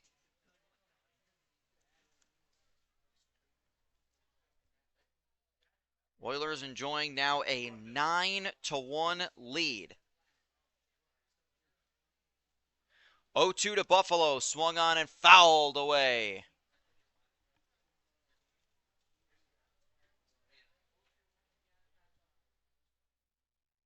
Short leads off of first for Coslin.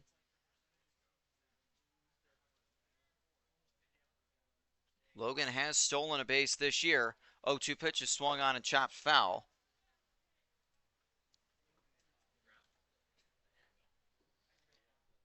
Looking to add on to an already sizable lead. With a man on and Buffalo at the dish. Matt Buffalo batting .200. That one outside. Good job by Snuzz to keep that from going all the way to the backstop and allowing the runner Coslin to advance.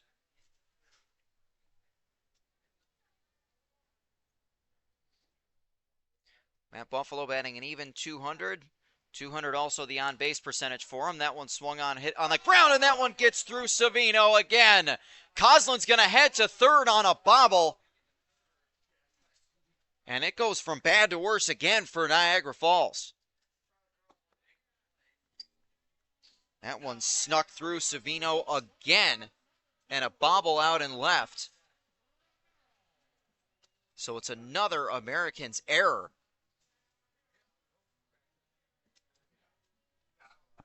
And that one will be charged to Savino again. Matt Buffalo has reached base twice on errors tonight. Reached twice on two errors. He's also reached on a double. First one to Armandis Romero is swung on and hit out to deep right center field. That is caught. A great catch by Derek Jesmondi. A run will come home to score.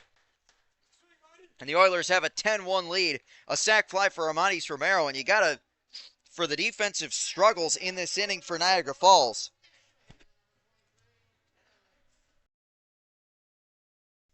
That was not one of them, as Jesmondi did a great job to reach behind him and make the catch.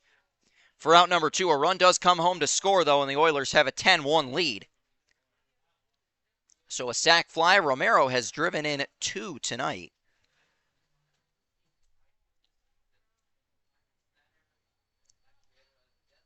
So the top of the order back up, and it is Derek Stout, the extra hitter.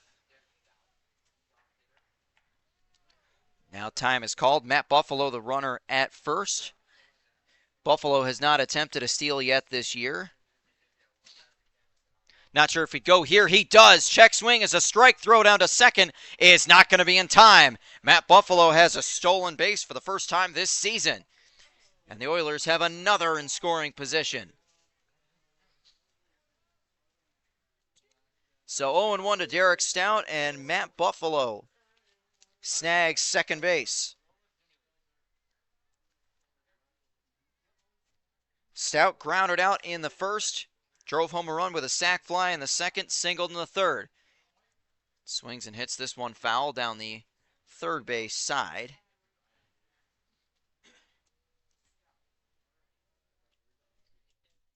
Well, if Stout could find his way on, Thomas Bates would come to the plate, potentially representing the winning run for the Oilers here in this fifth inning.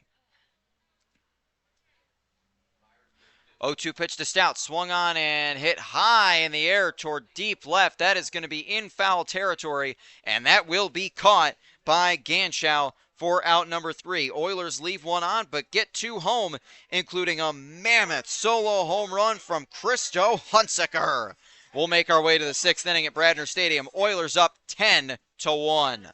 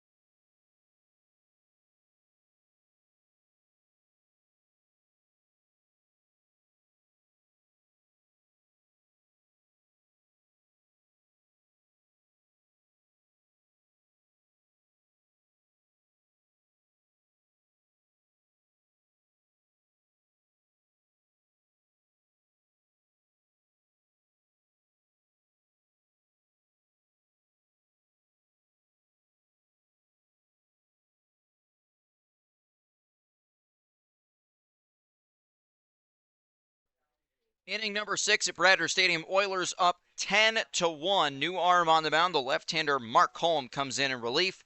Jake Menendo is done after 5 innings. Very good start for Jake Menendo, allowing just the 1 run. The 2, 3, and 4 batters for The Americans, they'll get started with David Harris. Lefty-lefty matchup to begin it. Harris is 0 for 2. Grounded out in the first, flew out in the third. Oilers added 2 in the bottom half of last inning to reach a 10-1 lead. First pitch from home is up high. Mark Holm making his third relief appearance of the season. In total, he's pitched 5 innings, 4 walks, 7 strikeouts. And the 1-0 pitch inside and low ball, too.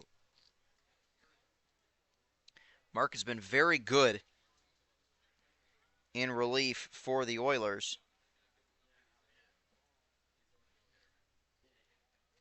So trying to keep that going. 2-0, though. He's fallen behind on David Harris. 2-0 pitch, high ball 3. That's something you tend to see is relievers coming into the game. Sometimes it takes a little while to really find the strike zone and adjust to it. So Holm gets set on a 3-0 pitch, and that one low and inside. A leadoff 4-pitch walk. David Harris is on base for the first time. So before Matthew Ganschow steps up to the plate to clarify the run rule in the PGCBL, of course, we talked about it being leading by 10 or more after 7 innings of play. Only in the shortened games, in the 7-inning games, it's 12 after 5. So that is the official mercy rule. Again, not that we're heading for that tonight necessarily, but just to be aware of all situations, it is a 10-run lead after 7. First pitch to Matthew Ganschow was a strike. He is 0 for 2 tonight. That one swung on, a lift in the air in foul territory off the first base side. Couple fielders give chase, and they'll watch that go out of play.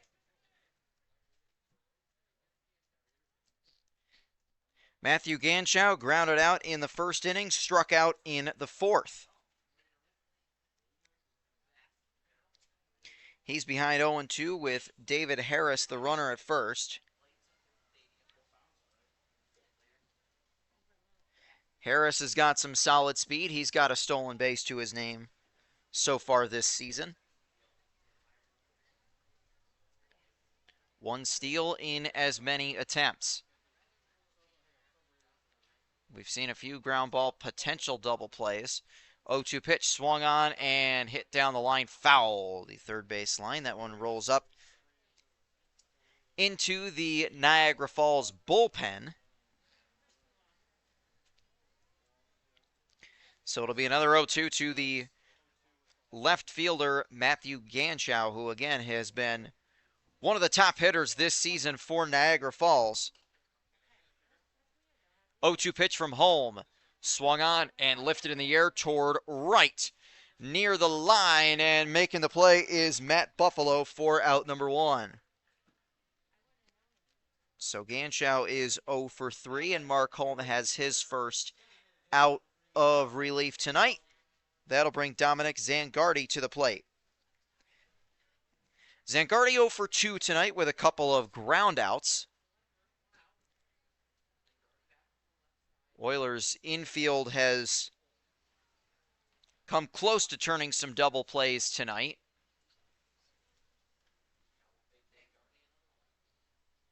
First one to Zangardi here is low, check swing. He did not go, ball 1. Oilers not only leading 10-1, also out-hitting the Americans 8-1 in this game. 1 run, 1 hit, 3 errors for Niagara Falls. As they check on the runner at first, he's back in safely. Oilers have scored 10 runs on 8 hits. They have committed 1 error in the game.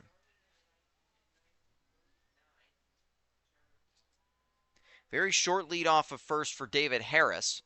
Might see some action in the Niagara Falls bullpen. 1-0 pitch from Holm is high, ball 2. So Holm brought in to face a couple of lefties here in this top half of the 6th inning.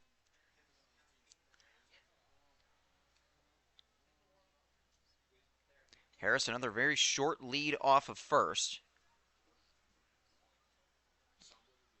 And the 2-0 pitch from Mark Holm. That one's in there for a strike. Holm, of course, pitching his college baseball just down the road at St. Bonaventure. Mark, a native of Bracebridge, Ontario, going into his senior year for the Bonnies. So teammates in the spring with St. Bonaventure and in the summer with a few of the Oilers players. 2-1 finds the zone, strike two.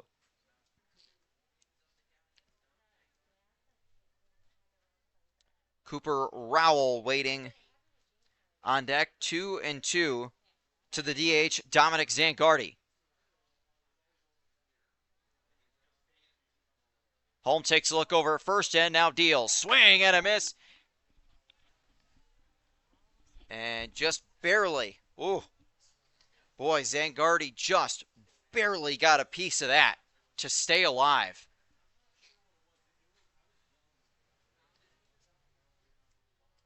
So the DH stays alive. Again, we talked about both lineups are very good at fouling off pitches and keeping themselves alive. And another 2-2. That one swung on and fouled off again. Just barely getting a piece of it, but just enough to keep the at-bat going. Niagara Falls trying to claw their way out of what is now a 10-1 deficit after they scored the first run of the game in the top of the second. Oilers have responded with 10 unanswered. 2-2 from Holm, swung on and pulled down the line. That is a fair ball. Fielded out and right by Buffalo, and then the ball was bobbled and rolls all the way to Hunsaker. He's going to throw home, and a run's going to score. So that was an interesting play. Zangardi pulled that one just fair inside the first base bag. And then Matt Buffalo looked like the ball just slipped out of his hand. It went into foul territory, and a run came home to score. So second hit of the game. And heading for second base on that was Zangardi. So a single for Zangardi.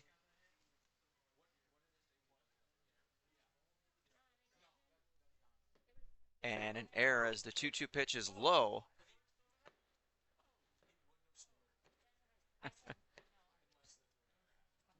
So an error on Matt Buffalo, the second error of the game. It's now a 10-2 game. We're seeing some fireworks over the left center field wall as the pitch to Cooper Rowell is a strike. So 1 ball and 1 strike to the Niagara Falls third baseman.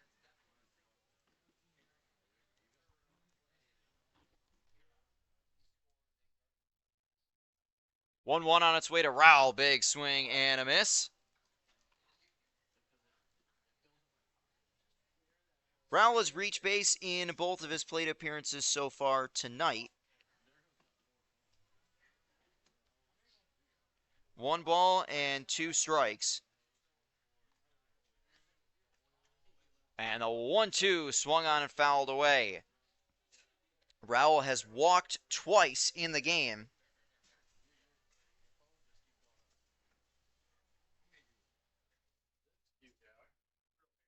And Rowell was the one who came around to score the controversial first run of the night back in the second inning.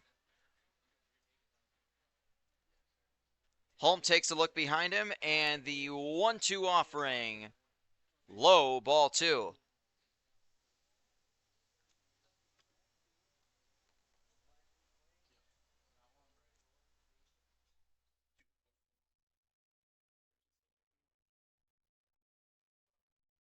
So Holm gets set back in on 2-2 to the right-hander Cooper Rowell.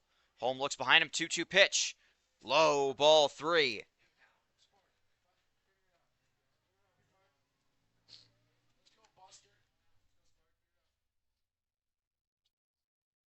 So Holm trying to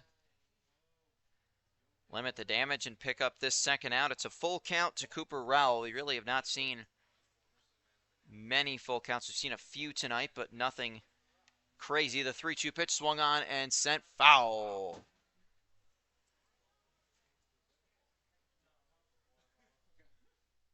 So we'll do it again on 3-2 with a lefty-righty matchup as Holm tries to put away Cooper Rowell.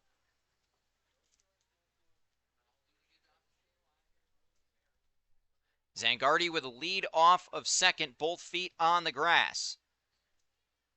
The 3-2 pitch from Holm. Strike three called. He rung him up. Oh, the home plate umpire held off a second and then rings him up for out number 2. A strikeout looking for Cooper Rowell and the first strikeout of the night for Mark Holm. That'll bring Derek Jesmondi to the plate. Jesmondi 1 for 2 in the game, singled in the second, grounded out in the fourth. Runner at second and 2 outs now. And Holm deals. That one misses. Ball 1.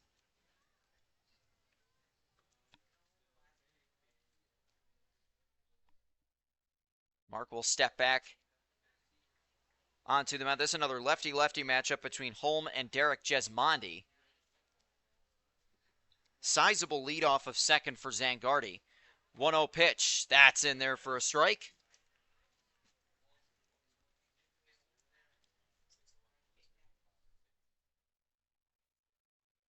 Derek Jesmondi has hit the ball really well for Niagara Falls this year, batting .444 overall.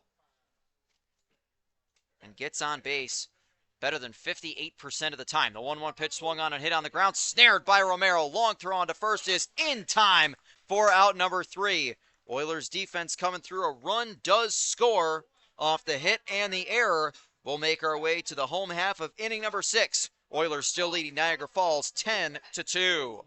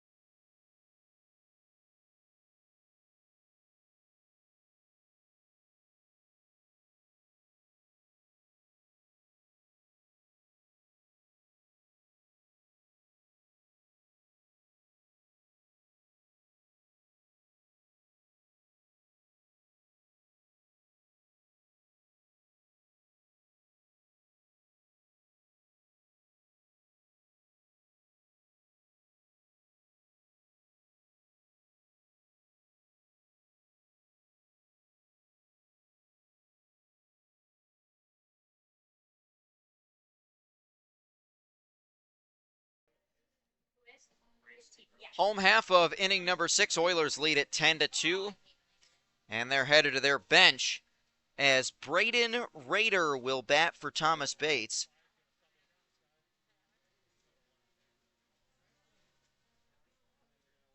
So Braden Rader, number 3, will bat against Matthew Ganschow, the left fielder for Niagara Falls. He will come in from left field to pitch. And it looks like it is Xander Clark out in left field in relief. First pitch is high for a ball.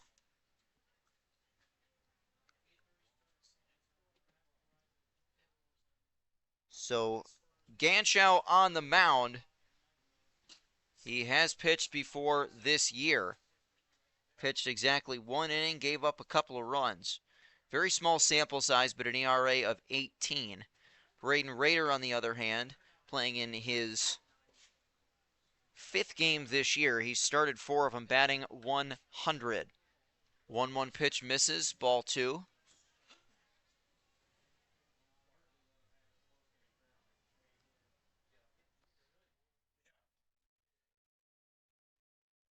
Braden, a native of Bethlehem, Pennsylvania, going into his junior year at Stonehill. 2-1 pitch, catches the zone for a called strike. We will see the 2, 3, and 4 spots for the Oilers. And it is Aiden Willard who is on deck. So at least with Willard, they will not tap into the bench. The 2-2 pitch. Strike 3 called. He rung him up. That one just catches the corner, and Rader is down on strikes. So that'll bring the left fielder Aiden Willard to the plate. Willard flew out in the first, tripled, brought home 2 runs with a triple, and then scored himself in the second. Struck out back in the 4th. Nobody on and 1 out to him here. First pitch is called for a strike on the inside corner.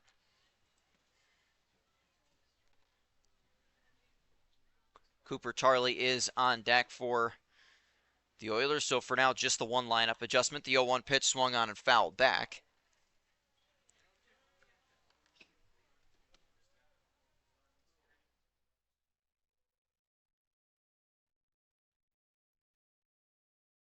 Aiden finds himself behind at 0-2. And that one just misses, ball 1.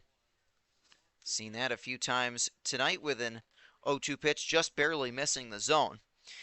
Ganschow is the 3rd pitcher that Niagara Falls has used in the game. The 1-2 pitch is high for ball 2. So again, the defensive changes. Matthew Ganschow comes in from left field to pitch, and Xander Clark replaces him out in left. 2-2 pitch on its way to Willard. Swung on and hit down the line at first. That is a foul ball. Willard just pulled that one a little bit too much down the first base line. Nearly a collision between the Niagara Falls first baseman Adam Weiss and the infield umpire. So Willard will get another shot at 2-2. Trying to reach base for the 2nd time tonight. And the 2-2 pitch on its way. That one low and inside. And that'll skip all the way to the backstop to bring the count full.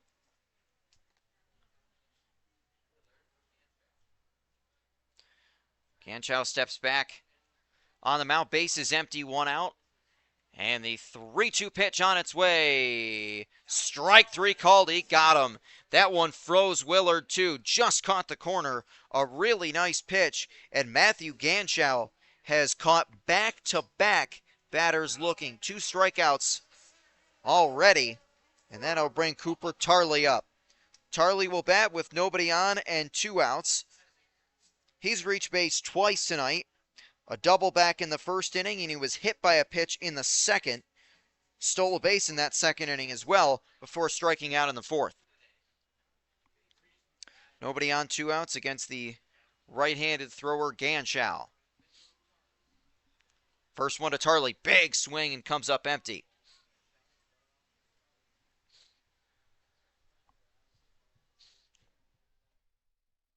Hooper trying to extend the inning to the DH Jack Painter.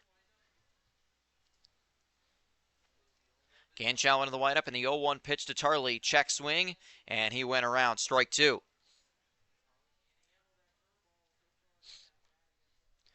Ganschow has done a really nice job of getting himself ahead of these Oiler batters here in his first inning of relief of the game tonight. 0-2 pitch is a called strike three. So how about Matthew Ganschow coming in from left field to pitch, and he strikes out the side. We'll make our way to the seventh inning here in Olean. Oilers leading Niagara Falls 10-2.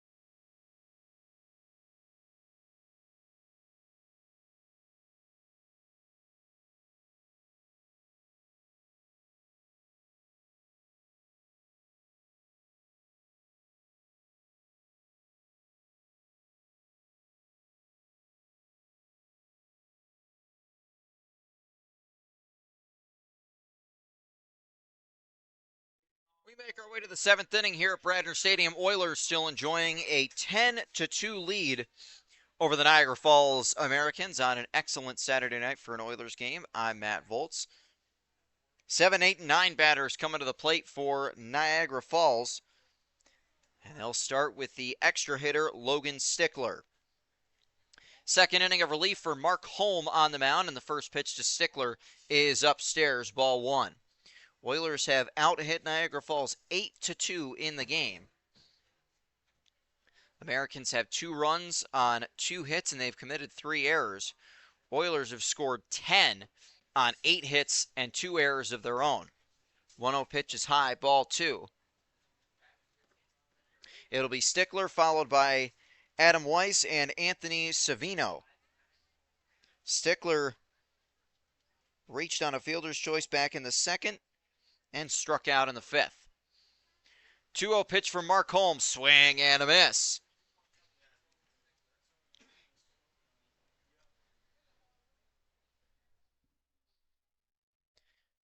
So Holmes was able to put up a decent inning in the sixth, allowing just 1 run to cross the plate. Part of that, of course, attributed to an error in right field committed by Matt Buffalo. The 2-1 pitch is swung on and missed. 2 runners reached in the sixth inning.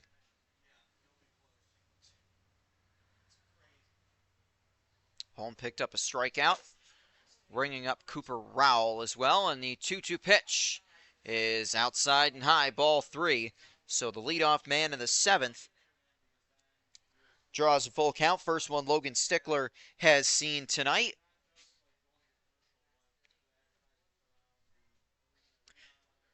And the Oilers back in action tomorrow on the road to take on Geneva. 3-2 pitch from Holmes. Swing and a miss. He struck him out. So Holm fell behind a little bit, but he comes back to strike out Logan Stickler. Second strikeout for Mark Holm, and the second time Stickler has struck out in the game. That'll bring Adam Weiss to the plate. Weiss reached on a fielder's choice and brought home a run back in the second, walked in the fifth.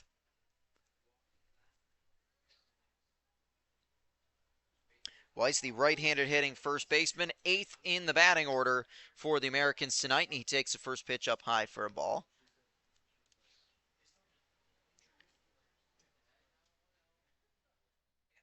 Adam right in the middle of their lineup, 222. But the on-base percentage is what really sticks out. Gets on base 61% of the time. One of the best on the team and one of the best in the league. So even though Adam is not necessarily hitting the ball, this is the 5th game that he's played this year. He's drawn 8 walks. Came into tonight averaging 2 walks per game, and he hits that one out deep to left field. That's going to drop in for a hit and go all the way to the base of the wall. It's played by Willard and left, and a stand-up double for Adam Weiss. Adam Weiss has been on base in all 3 of his plate appearances tonight, and the Americans pick up their 3rd hit.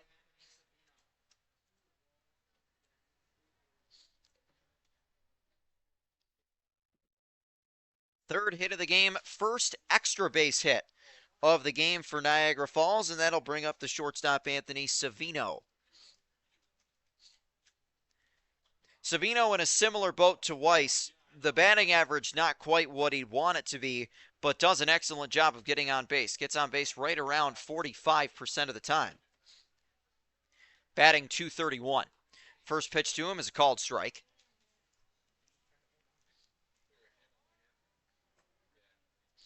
CJ Snuzz, the catcher, is waiting on deck.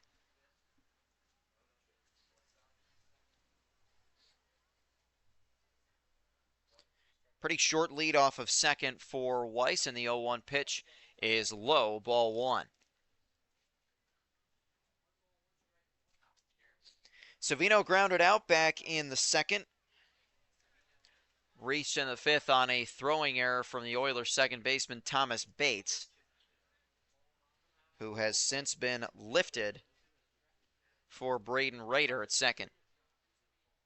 1-1 pitch is way up high. Good job by Radis. A great catch to jump up and keep that from going back to the backstop. It's ball 2. So again, the one defensive change. Braden Rader into the game at second for Thomas Bates.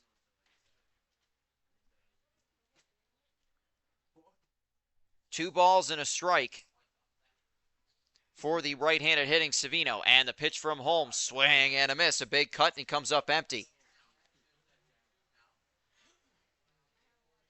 So the count will go even to him as the Oilers try and see if they can't pick up this second out of the inning. Holm would love to put up a 0 after surrendering 1 in the 6th. 2-2 pitch. Swing and a miss. A drop third strike. Radis will fire down to first to complete the putout. So the 3rd strikeout for Mark Holm, and Anthony Savino is set down. That'll bring CJ Snuzz to the plate. Snuzz walked in the 3rd, struck out looking in the 5th.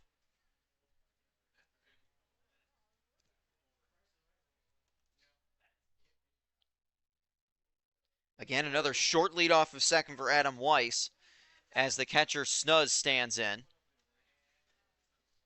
And the pitch from Holmes swung on and fouled back.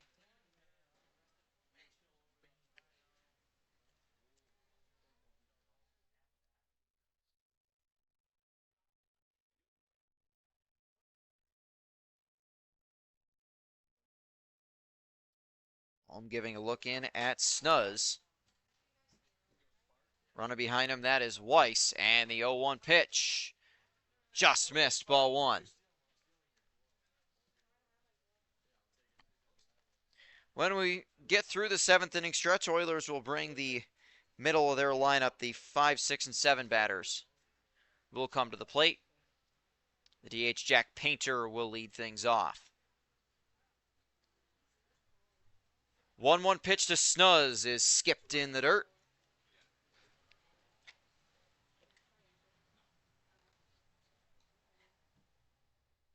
Mark Holm has picked up 3 strikeouts here in an inning and 2/3 of work, trying to put away CJ Snuz and send us to the 7th inning stretch.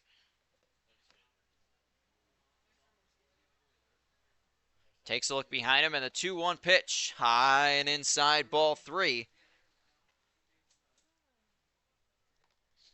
Mark would love to get Snuz here and then not have to worry about the top of the batting order until we get to the 8th inning.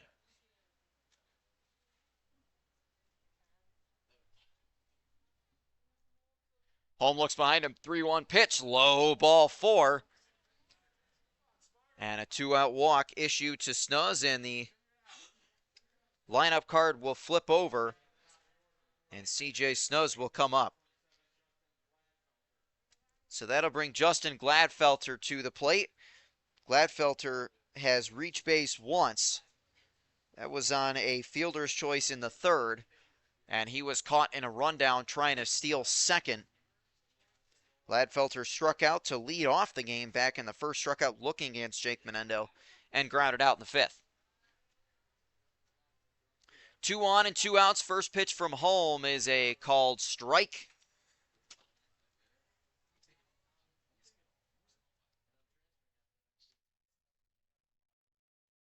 So the speedster Gladfelter Oilers are certainly appreciative that if he were to get on, he'd have runners in front of him. 0-1 pitch is swung on and lifted high in the air toward left field. That is playable for Aiden Willard, and he will make the catch to send us to the 7th inning stretch. So 2 get on, a double, and a walk. It doesn't end up hurting the Oilers. It's time to stretch at Bradner Stadium. Olean ahead 10-2.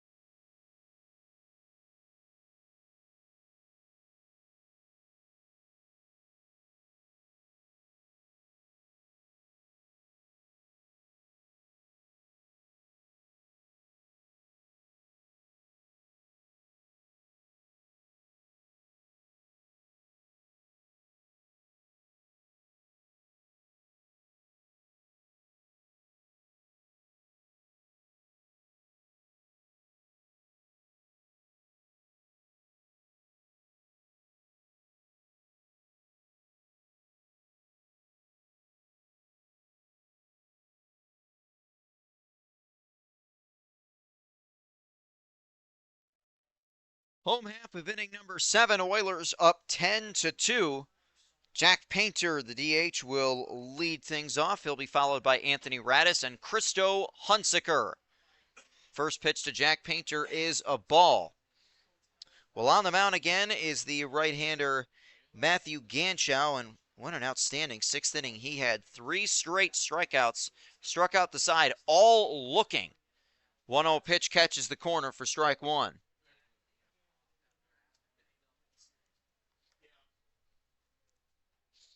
So it'll be Painter, Radis, and Hunsaker, who have done some damage tonight. The 1-1 pitch is lifted in the air toward left center.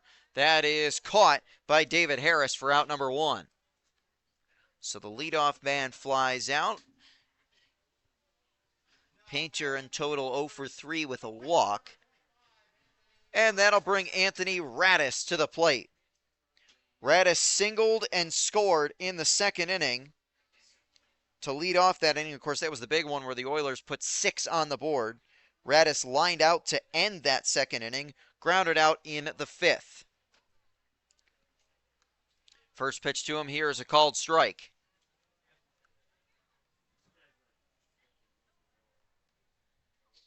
It really has been, this Oilers offensive effort tonight has been driven by the bottom of their lineup. The 0-1 pitch is low, check swing, he did not go, ball 1.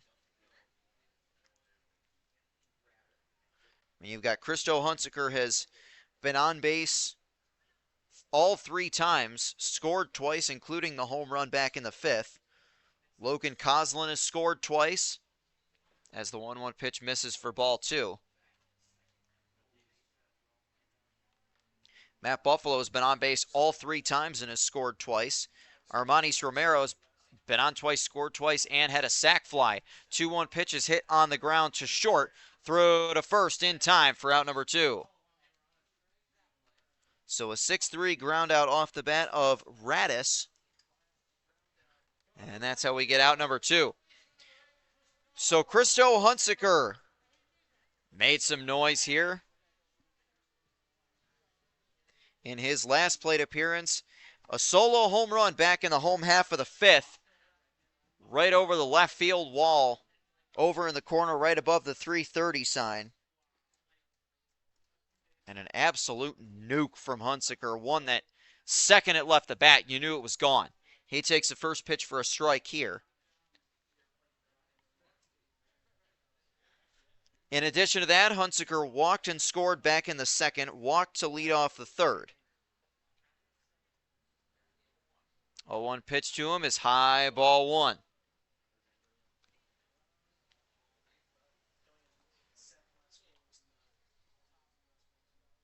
Christo, one of 2 home run hitters for the Oilers this year. Of course, Cooper Tarley hit one here at Bradner Stadium early this season. 1-1 pitch is skipped in the dirt, ball 2.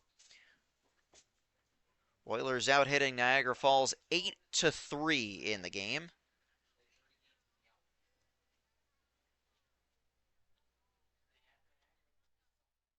And Matthew Ganschow, who has set down the first 5 batters he's faced, tries to make it an even half dozen. The 2-1 pitch, though, is low, ball 3.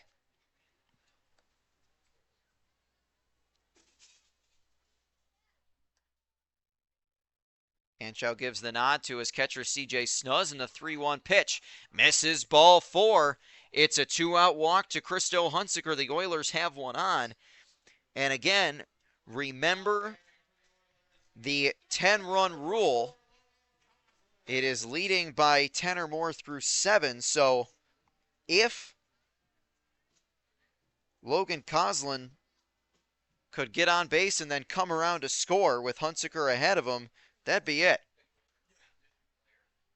Coslin represents the potential winning run. He takes a first pitch for a strike. Coslin was hit by a pitch and scored in the 2nd. Grounded into a double play in the 3rd. Reached on an error and scored in the 5th. A 1 pitch to him here, big swing, and he comes up empty.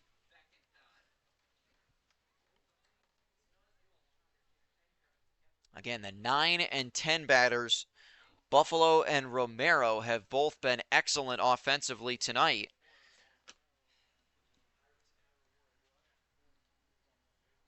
0-2 pitch on its way to Coslin. Swing and a high fly ball out toward deep right center field. That is not going to be deep enough, and that will be caught by Jesmondi to send us to the 8th. Logan Coslin gave it a ride, but just not quite deep enough, and we will go to inning number 8 at Bradner Stadium. Oilers get one on. They still lead Niagara Falls 10-2.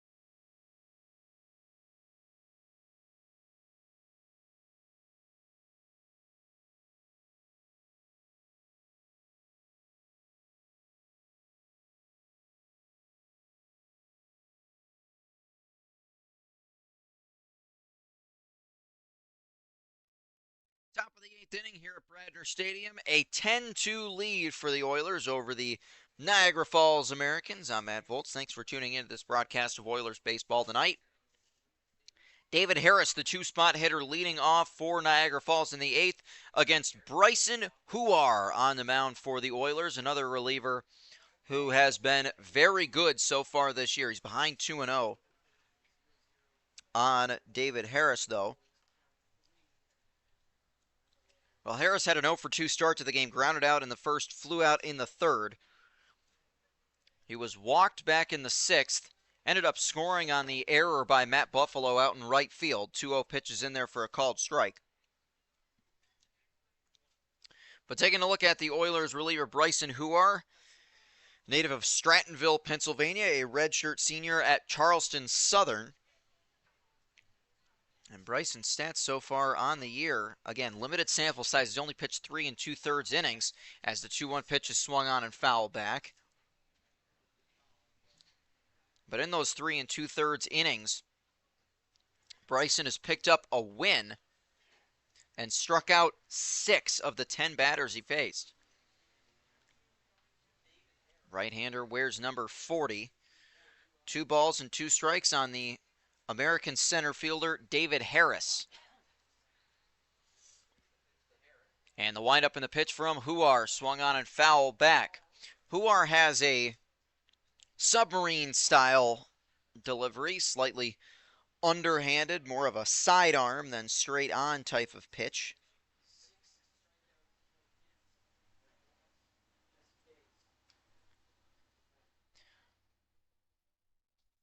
Two and two to the left-hander Harris.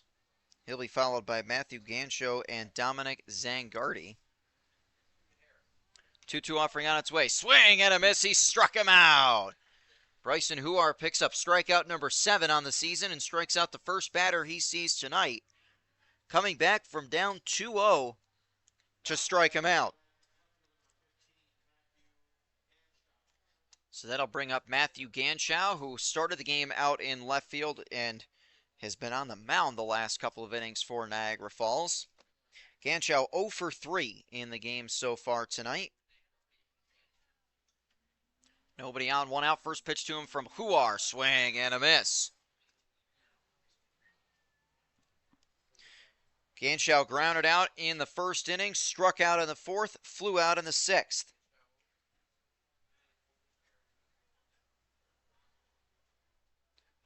Huar has been in control a lot so far this season. The 0-1 pitch just misses low. Ball 1. I'll take a look at some of the other scores across the PGCBL.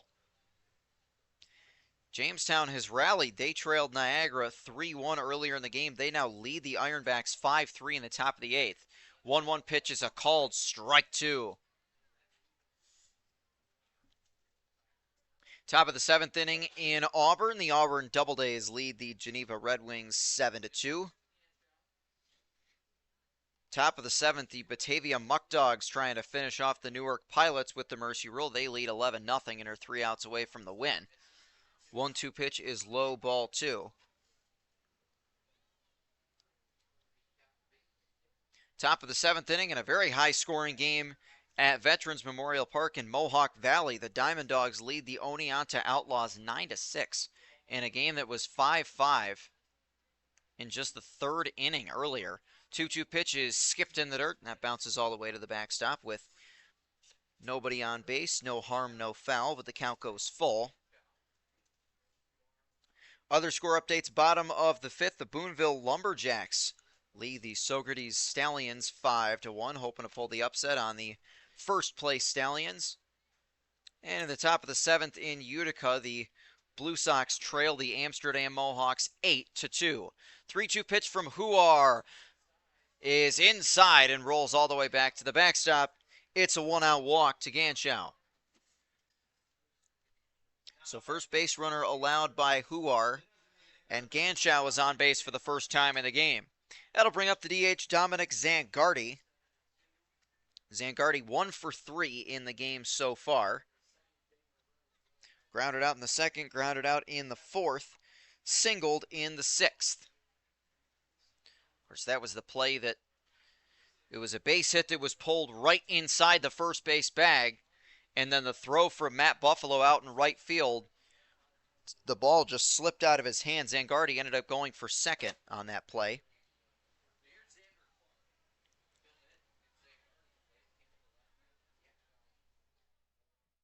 So Huar stands in and gives a look with a short lead at first. First pitch from Huar is low and inside. We should mention that that is Xander Clark batting for Dominic Zangardi. Clark came in as a defensive replacement for Matthew Ganschow. Pickoff attempt back at first, and Ganschow is back in safely. So Xander Clark's batting stats on the year have not quite been what he's wanted. This is his 4th appearance. He does have a couple of RBIs on the season. 1-0 pitch is low, ball 2.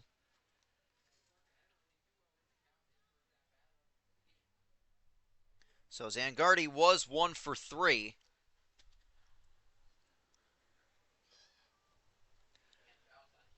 And now Clark in for the first time tonight. 2-0 pitch on its way from Huar. Swing and a miss. Strike 1.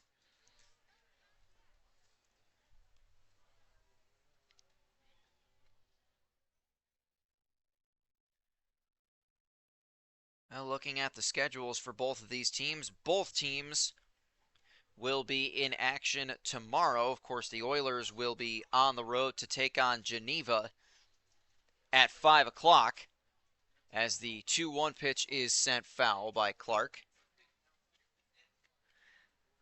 Niagara Falls will return home to Sal Magley Field for a 4:05 first pitch against the Buffalo Diesel.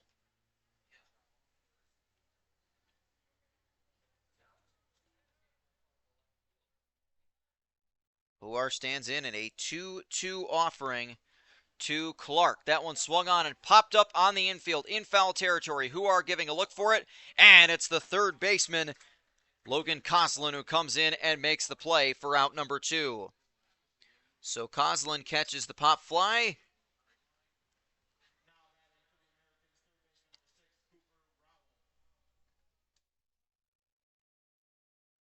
And that'll bring Cooper Rowell to the plate.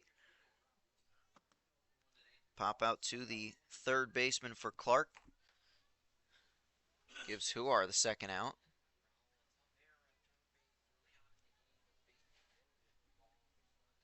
One at first and 2 outs. First pitch here from Huar is a strike called at the bottom of the zone. Cooper Rowell walked and scored back in the second inning, walked again in the fourth, struck out looking in the sixth. And of course, Rowell had that costly throwing error in the bottom of the second that allowed 2 runs to score as part of a 6-run inning. 0-1 from Huar, low ball 1.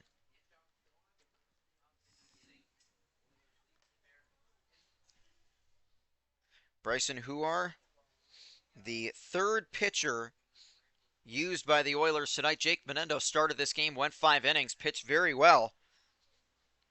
Mark Holm pitched in the 6th and the 7th as the 1-1 pitch is in there for strike 2. Holm allowing 1 run in 2 innings of relief. Menendo only gave up run in the 5 innings he pitched as well. And Huar trying to put up the 0 here in the top of the 8th. 1-2 pitch on its way. Just missed, ball 2.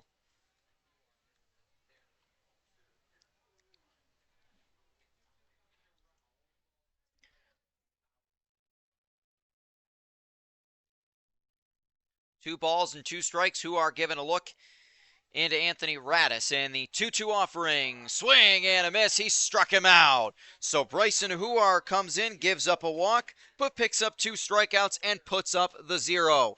We'll make our way to the home half of the 8th. Oilers leading Niagara Falls 10-2.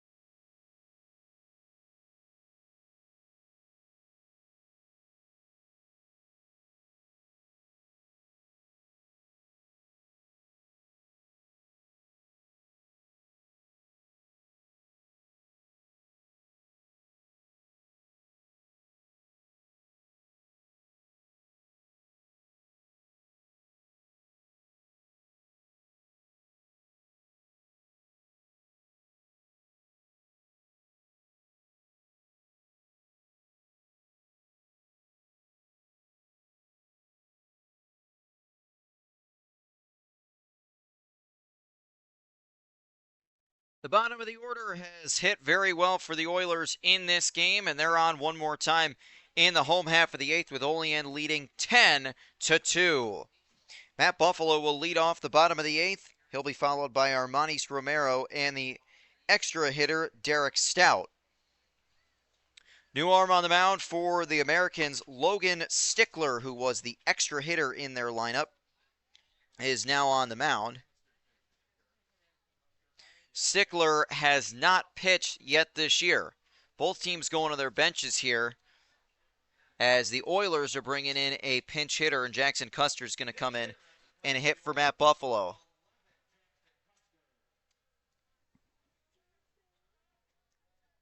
So Matt Buffalo had an excellent night at the plate. 0-1 to Custer, swung on and missed.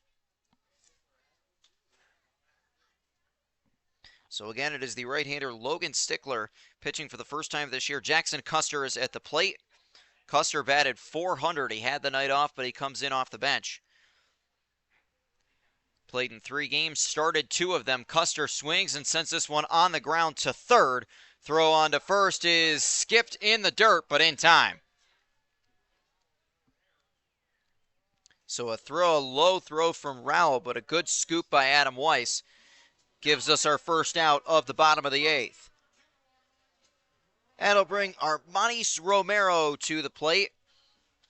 And Romero's had a very good night at the dish for the Oilers. Romero walked and scored in the second, brought home a run with a single in the third, and then scored himself. And then brought in another run with a sac fly in the fifth.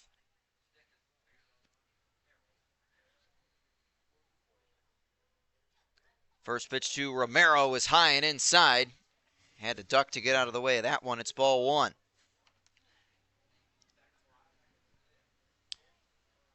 Again, the Oilers jumped out to a lead after surrendering a controversial run in the top of the second. Romero swings and hits this one in the air toward left center. That is dropping. That will drop. It drops between 3 fielders, and Romero's got his second hit. Again, we've talked a handful of times this year about the ball getting lost in the lights. There may have been a case of that there. That one just perfectly dropped right between Xander Clark in left, David Harris in center, and the shortstop Anthony Savino. The Bermuda Triangle, as they call it, just kind of dropped right between them. So the extra hitter Derek Stout will come on, and again, in accordance with the 10-run rule, he could represent the winning run. First pitch to him is swung on and foul back.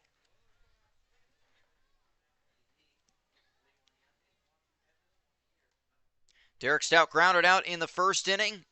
Brought home a run with a sac fly in the second. Brought home another run with an RBI single in the third and flew out in the fifth.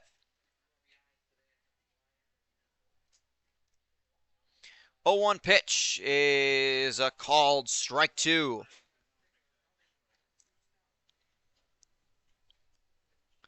So Stout behind 0-2. Again, Derek's hit the ball really well. .389 average coming into play. Tonight he's got 1 hit. And the 0-2 offering is low in the dirt, ball 1. Coming into the game, Derek Stout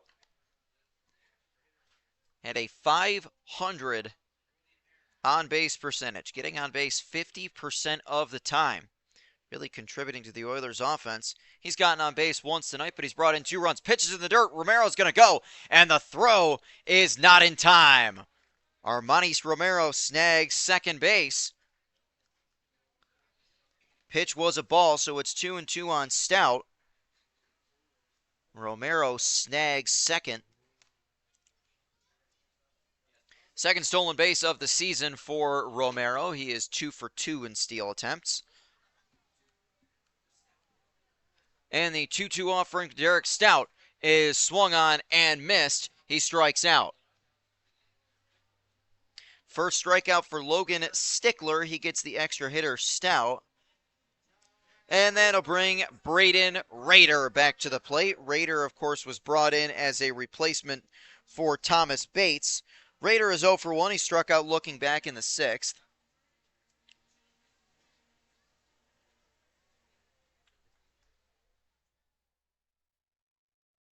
So Braden looking to get the offense going. He's got Romero in scoring position. First pitch to him is swung on and lifted high in the air toward right center field. That is playable and caught by Derek Jesmondi for out number 3. Well, the Oilers do get one on, but don't bring one home. We're headed to the 9th inning. Oilers 3 outs away from a win and getting over 500. They lead Niagara Falls 10-2.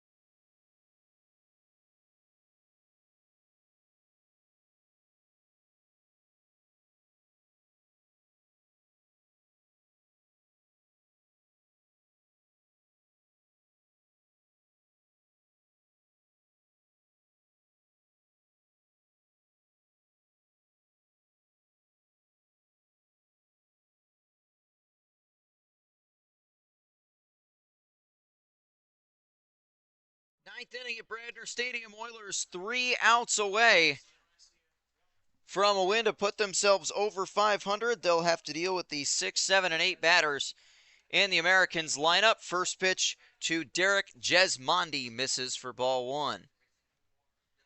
Bryson Huar, another inning of work, picked up a couple of strikeouts in the 8th inning.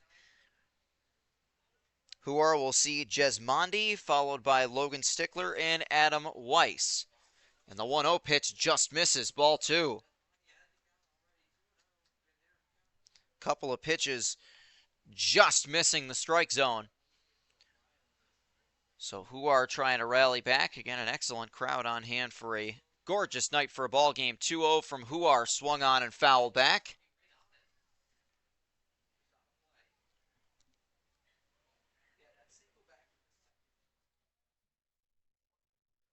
Oilers just 3 outs away from putting themselves at 6-5 on the year. Trying to gain a little bit more consistency in a season that so far in the early going has been a bit up and down at times. 2-1 pitch is lifted in the air toward right center. That's going to be trouble. That is down over the head of Cooper Tarley. Jesmondi rounding second. He's going to head for third. That one fielded and thrown back to the infield, but it is a leadoff triple for Derek Jesmondi. 4th hit of the night for Niagara Falls. And a leadoff triple. Only their 2nd extra base hit. And it's a triple for Jesmondi.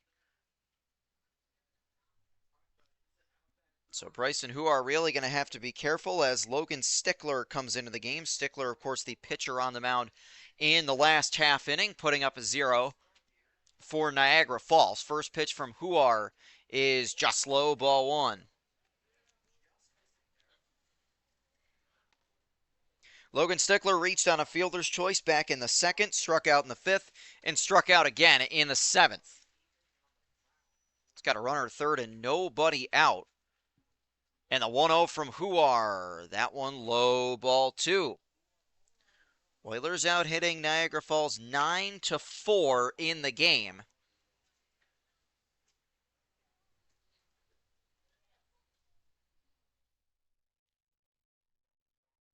Stickler trying to drive that run in and at least make this score a little bit closer. 2-0 pitch. That one finds the zone for a strike. Big thing for who are here in the ninth inning is, yes, you obviously don't want to give something right down the middle of the plate, but with a lead like this, you're more comfortable attacking the zone than trying to sort of pitch around it all. The 2-1 pitch is swung on and fouled away.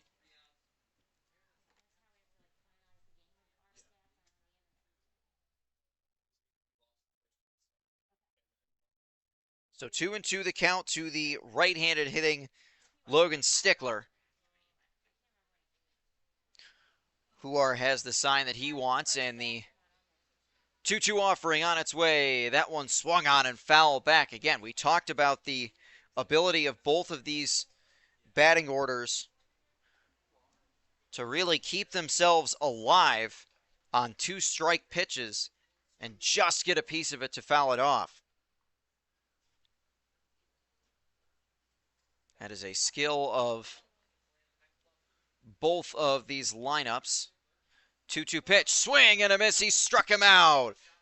Stickler couldn't catch up to that one, and there's out number 1 here in the ninth. Third strikeout for Huar. And the third strikeout in the game for Logan Stickler. That'll bring the first baseman Adam Weiss to the plate. Weiss has been on base all 3 times. Reached base to bring home the run back in the second, was walked in the 5th, and doubled in the 7th. First pitch to him misses for ball 1.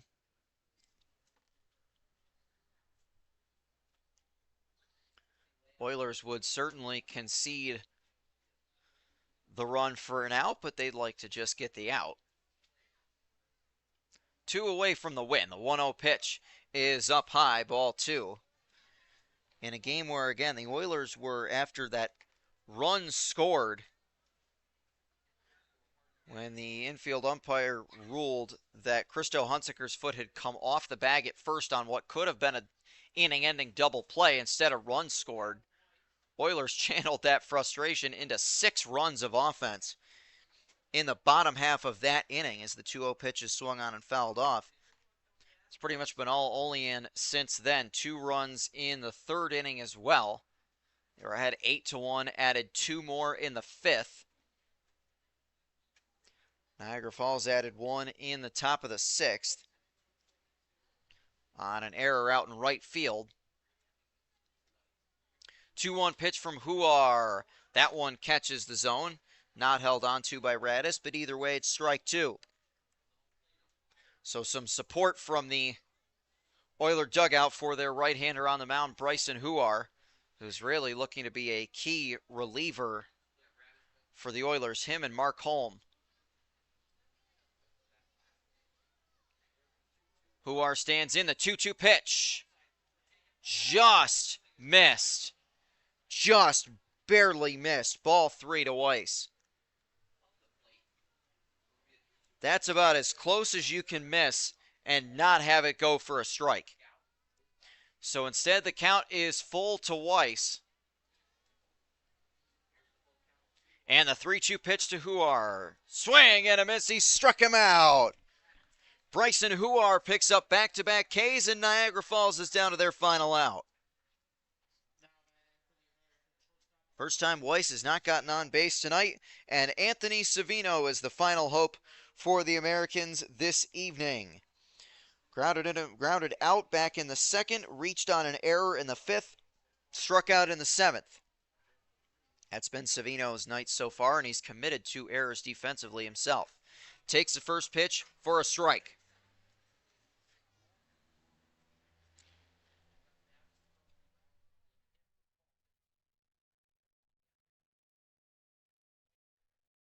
Oilers just 1 out away from a win to put themselves back over 500. 0-1 pitch from Huar. Strike 2. Niagara Falls down to their final strike now. I have to imagine Savino is going to be swinging on anything close at 0-2. Who are trying to finish off this game. 0-2 pitch from Huar. Low, ball one. Try to get him to chase that. Savino wouldn't bite.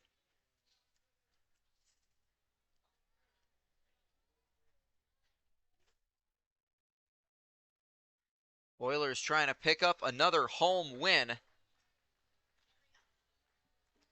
And the 1-2 from Huar. Swing and a foul. Savino just gets a piece of it to stay alive.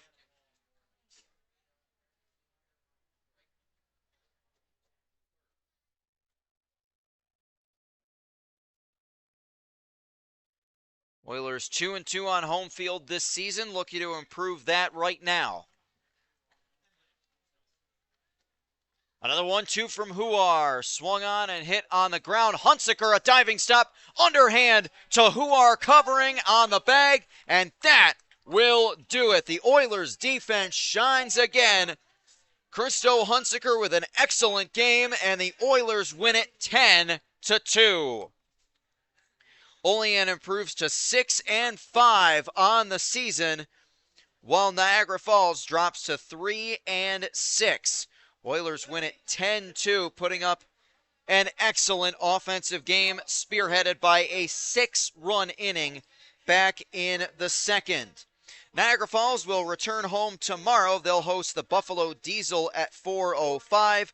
Oilers will be on the road tomorrow, a 5 o'clock matchup at McDonough Park in Geneva as they take on the Red Wings again at 5 o'clock tomorrow.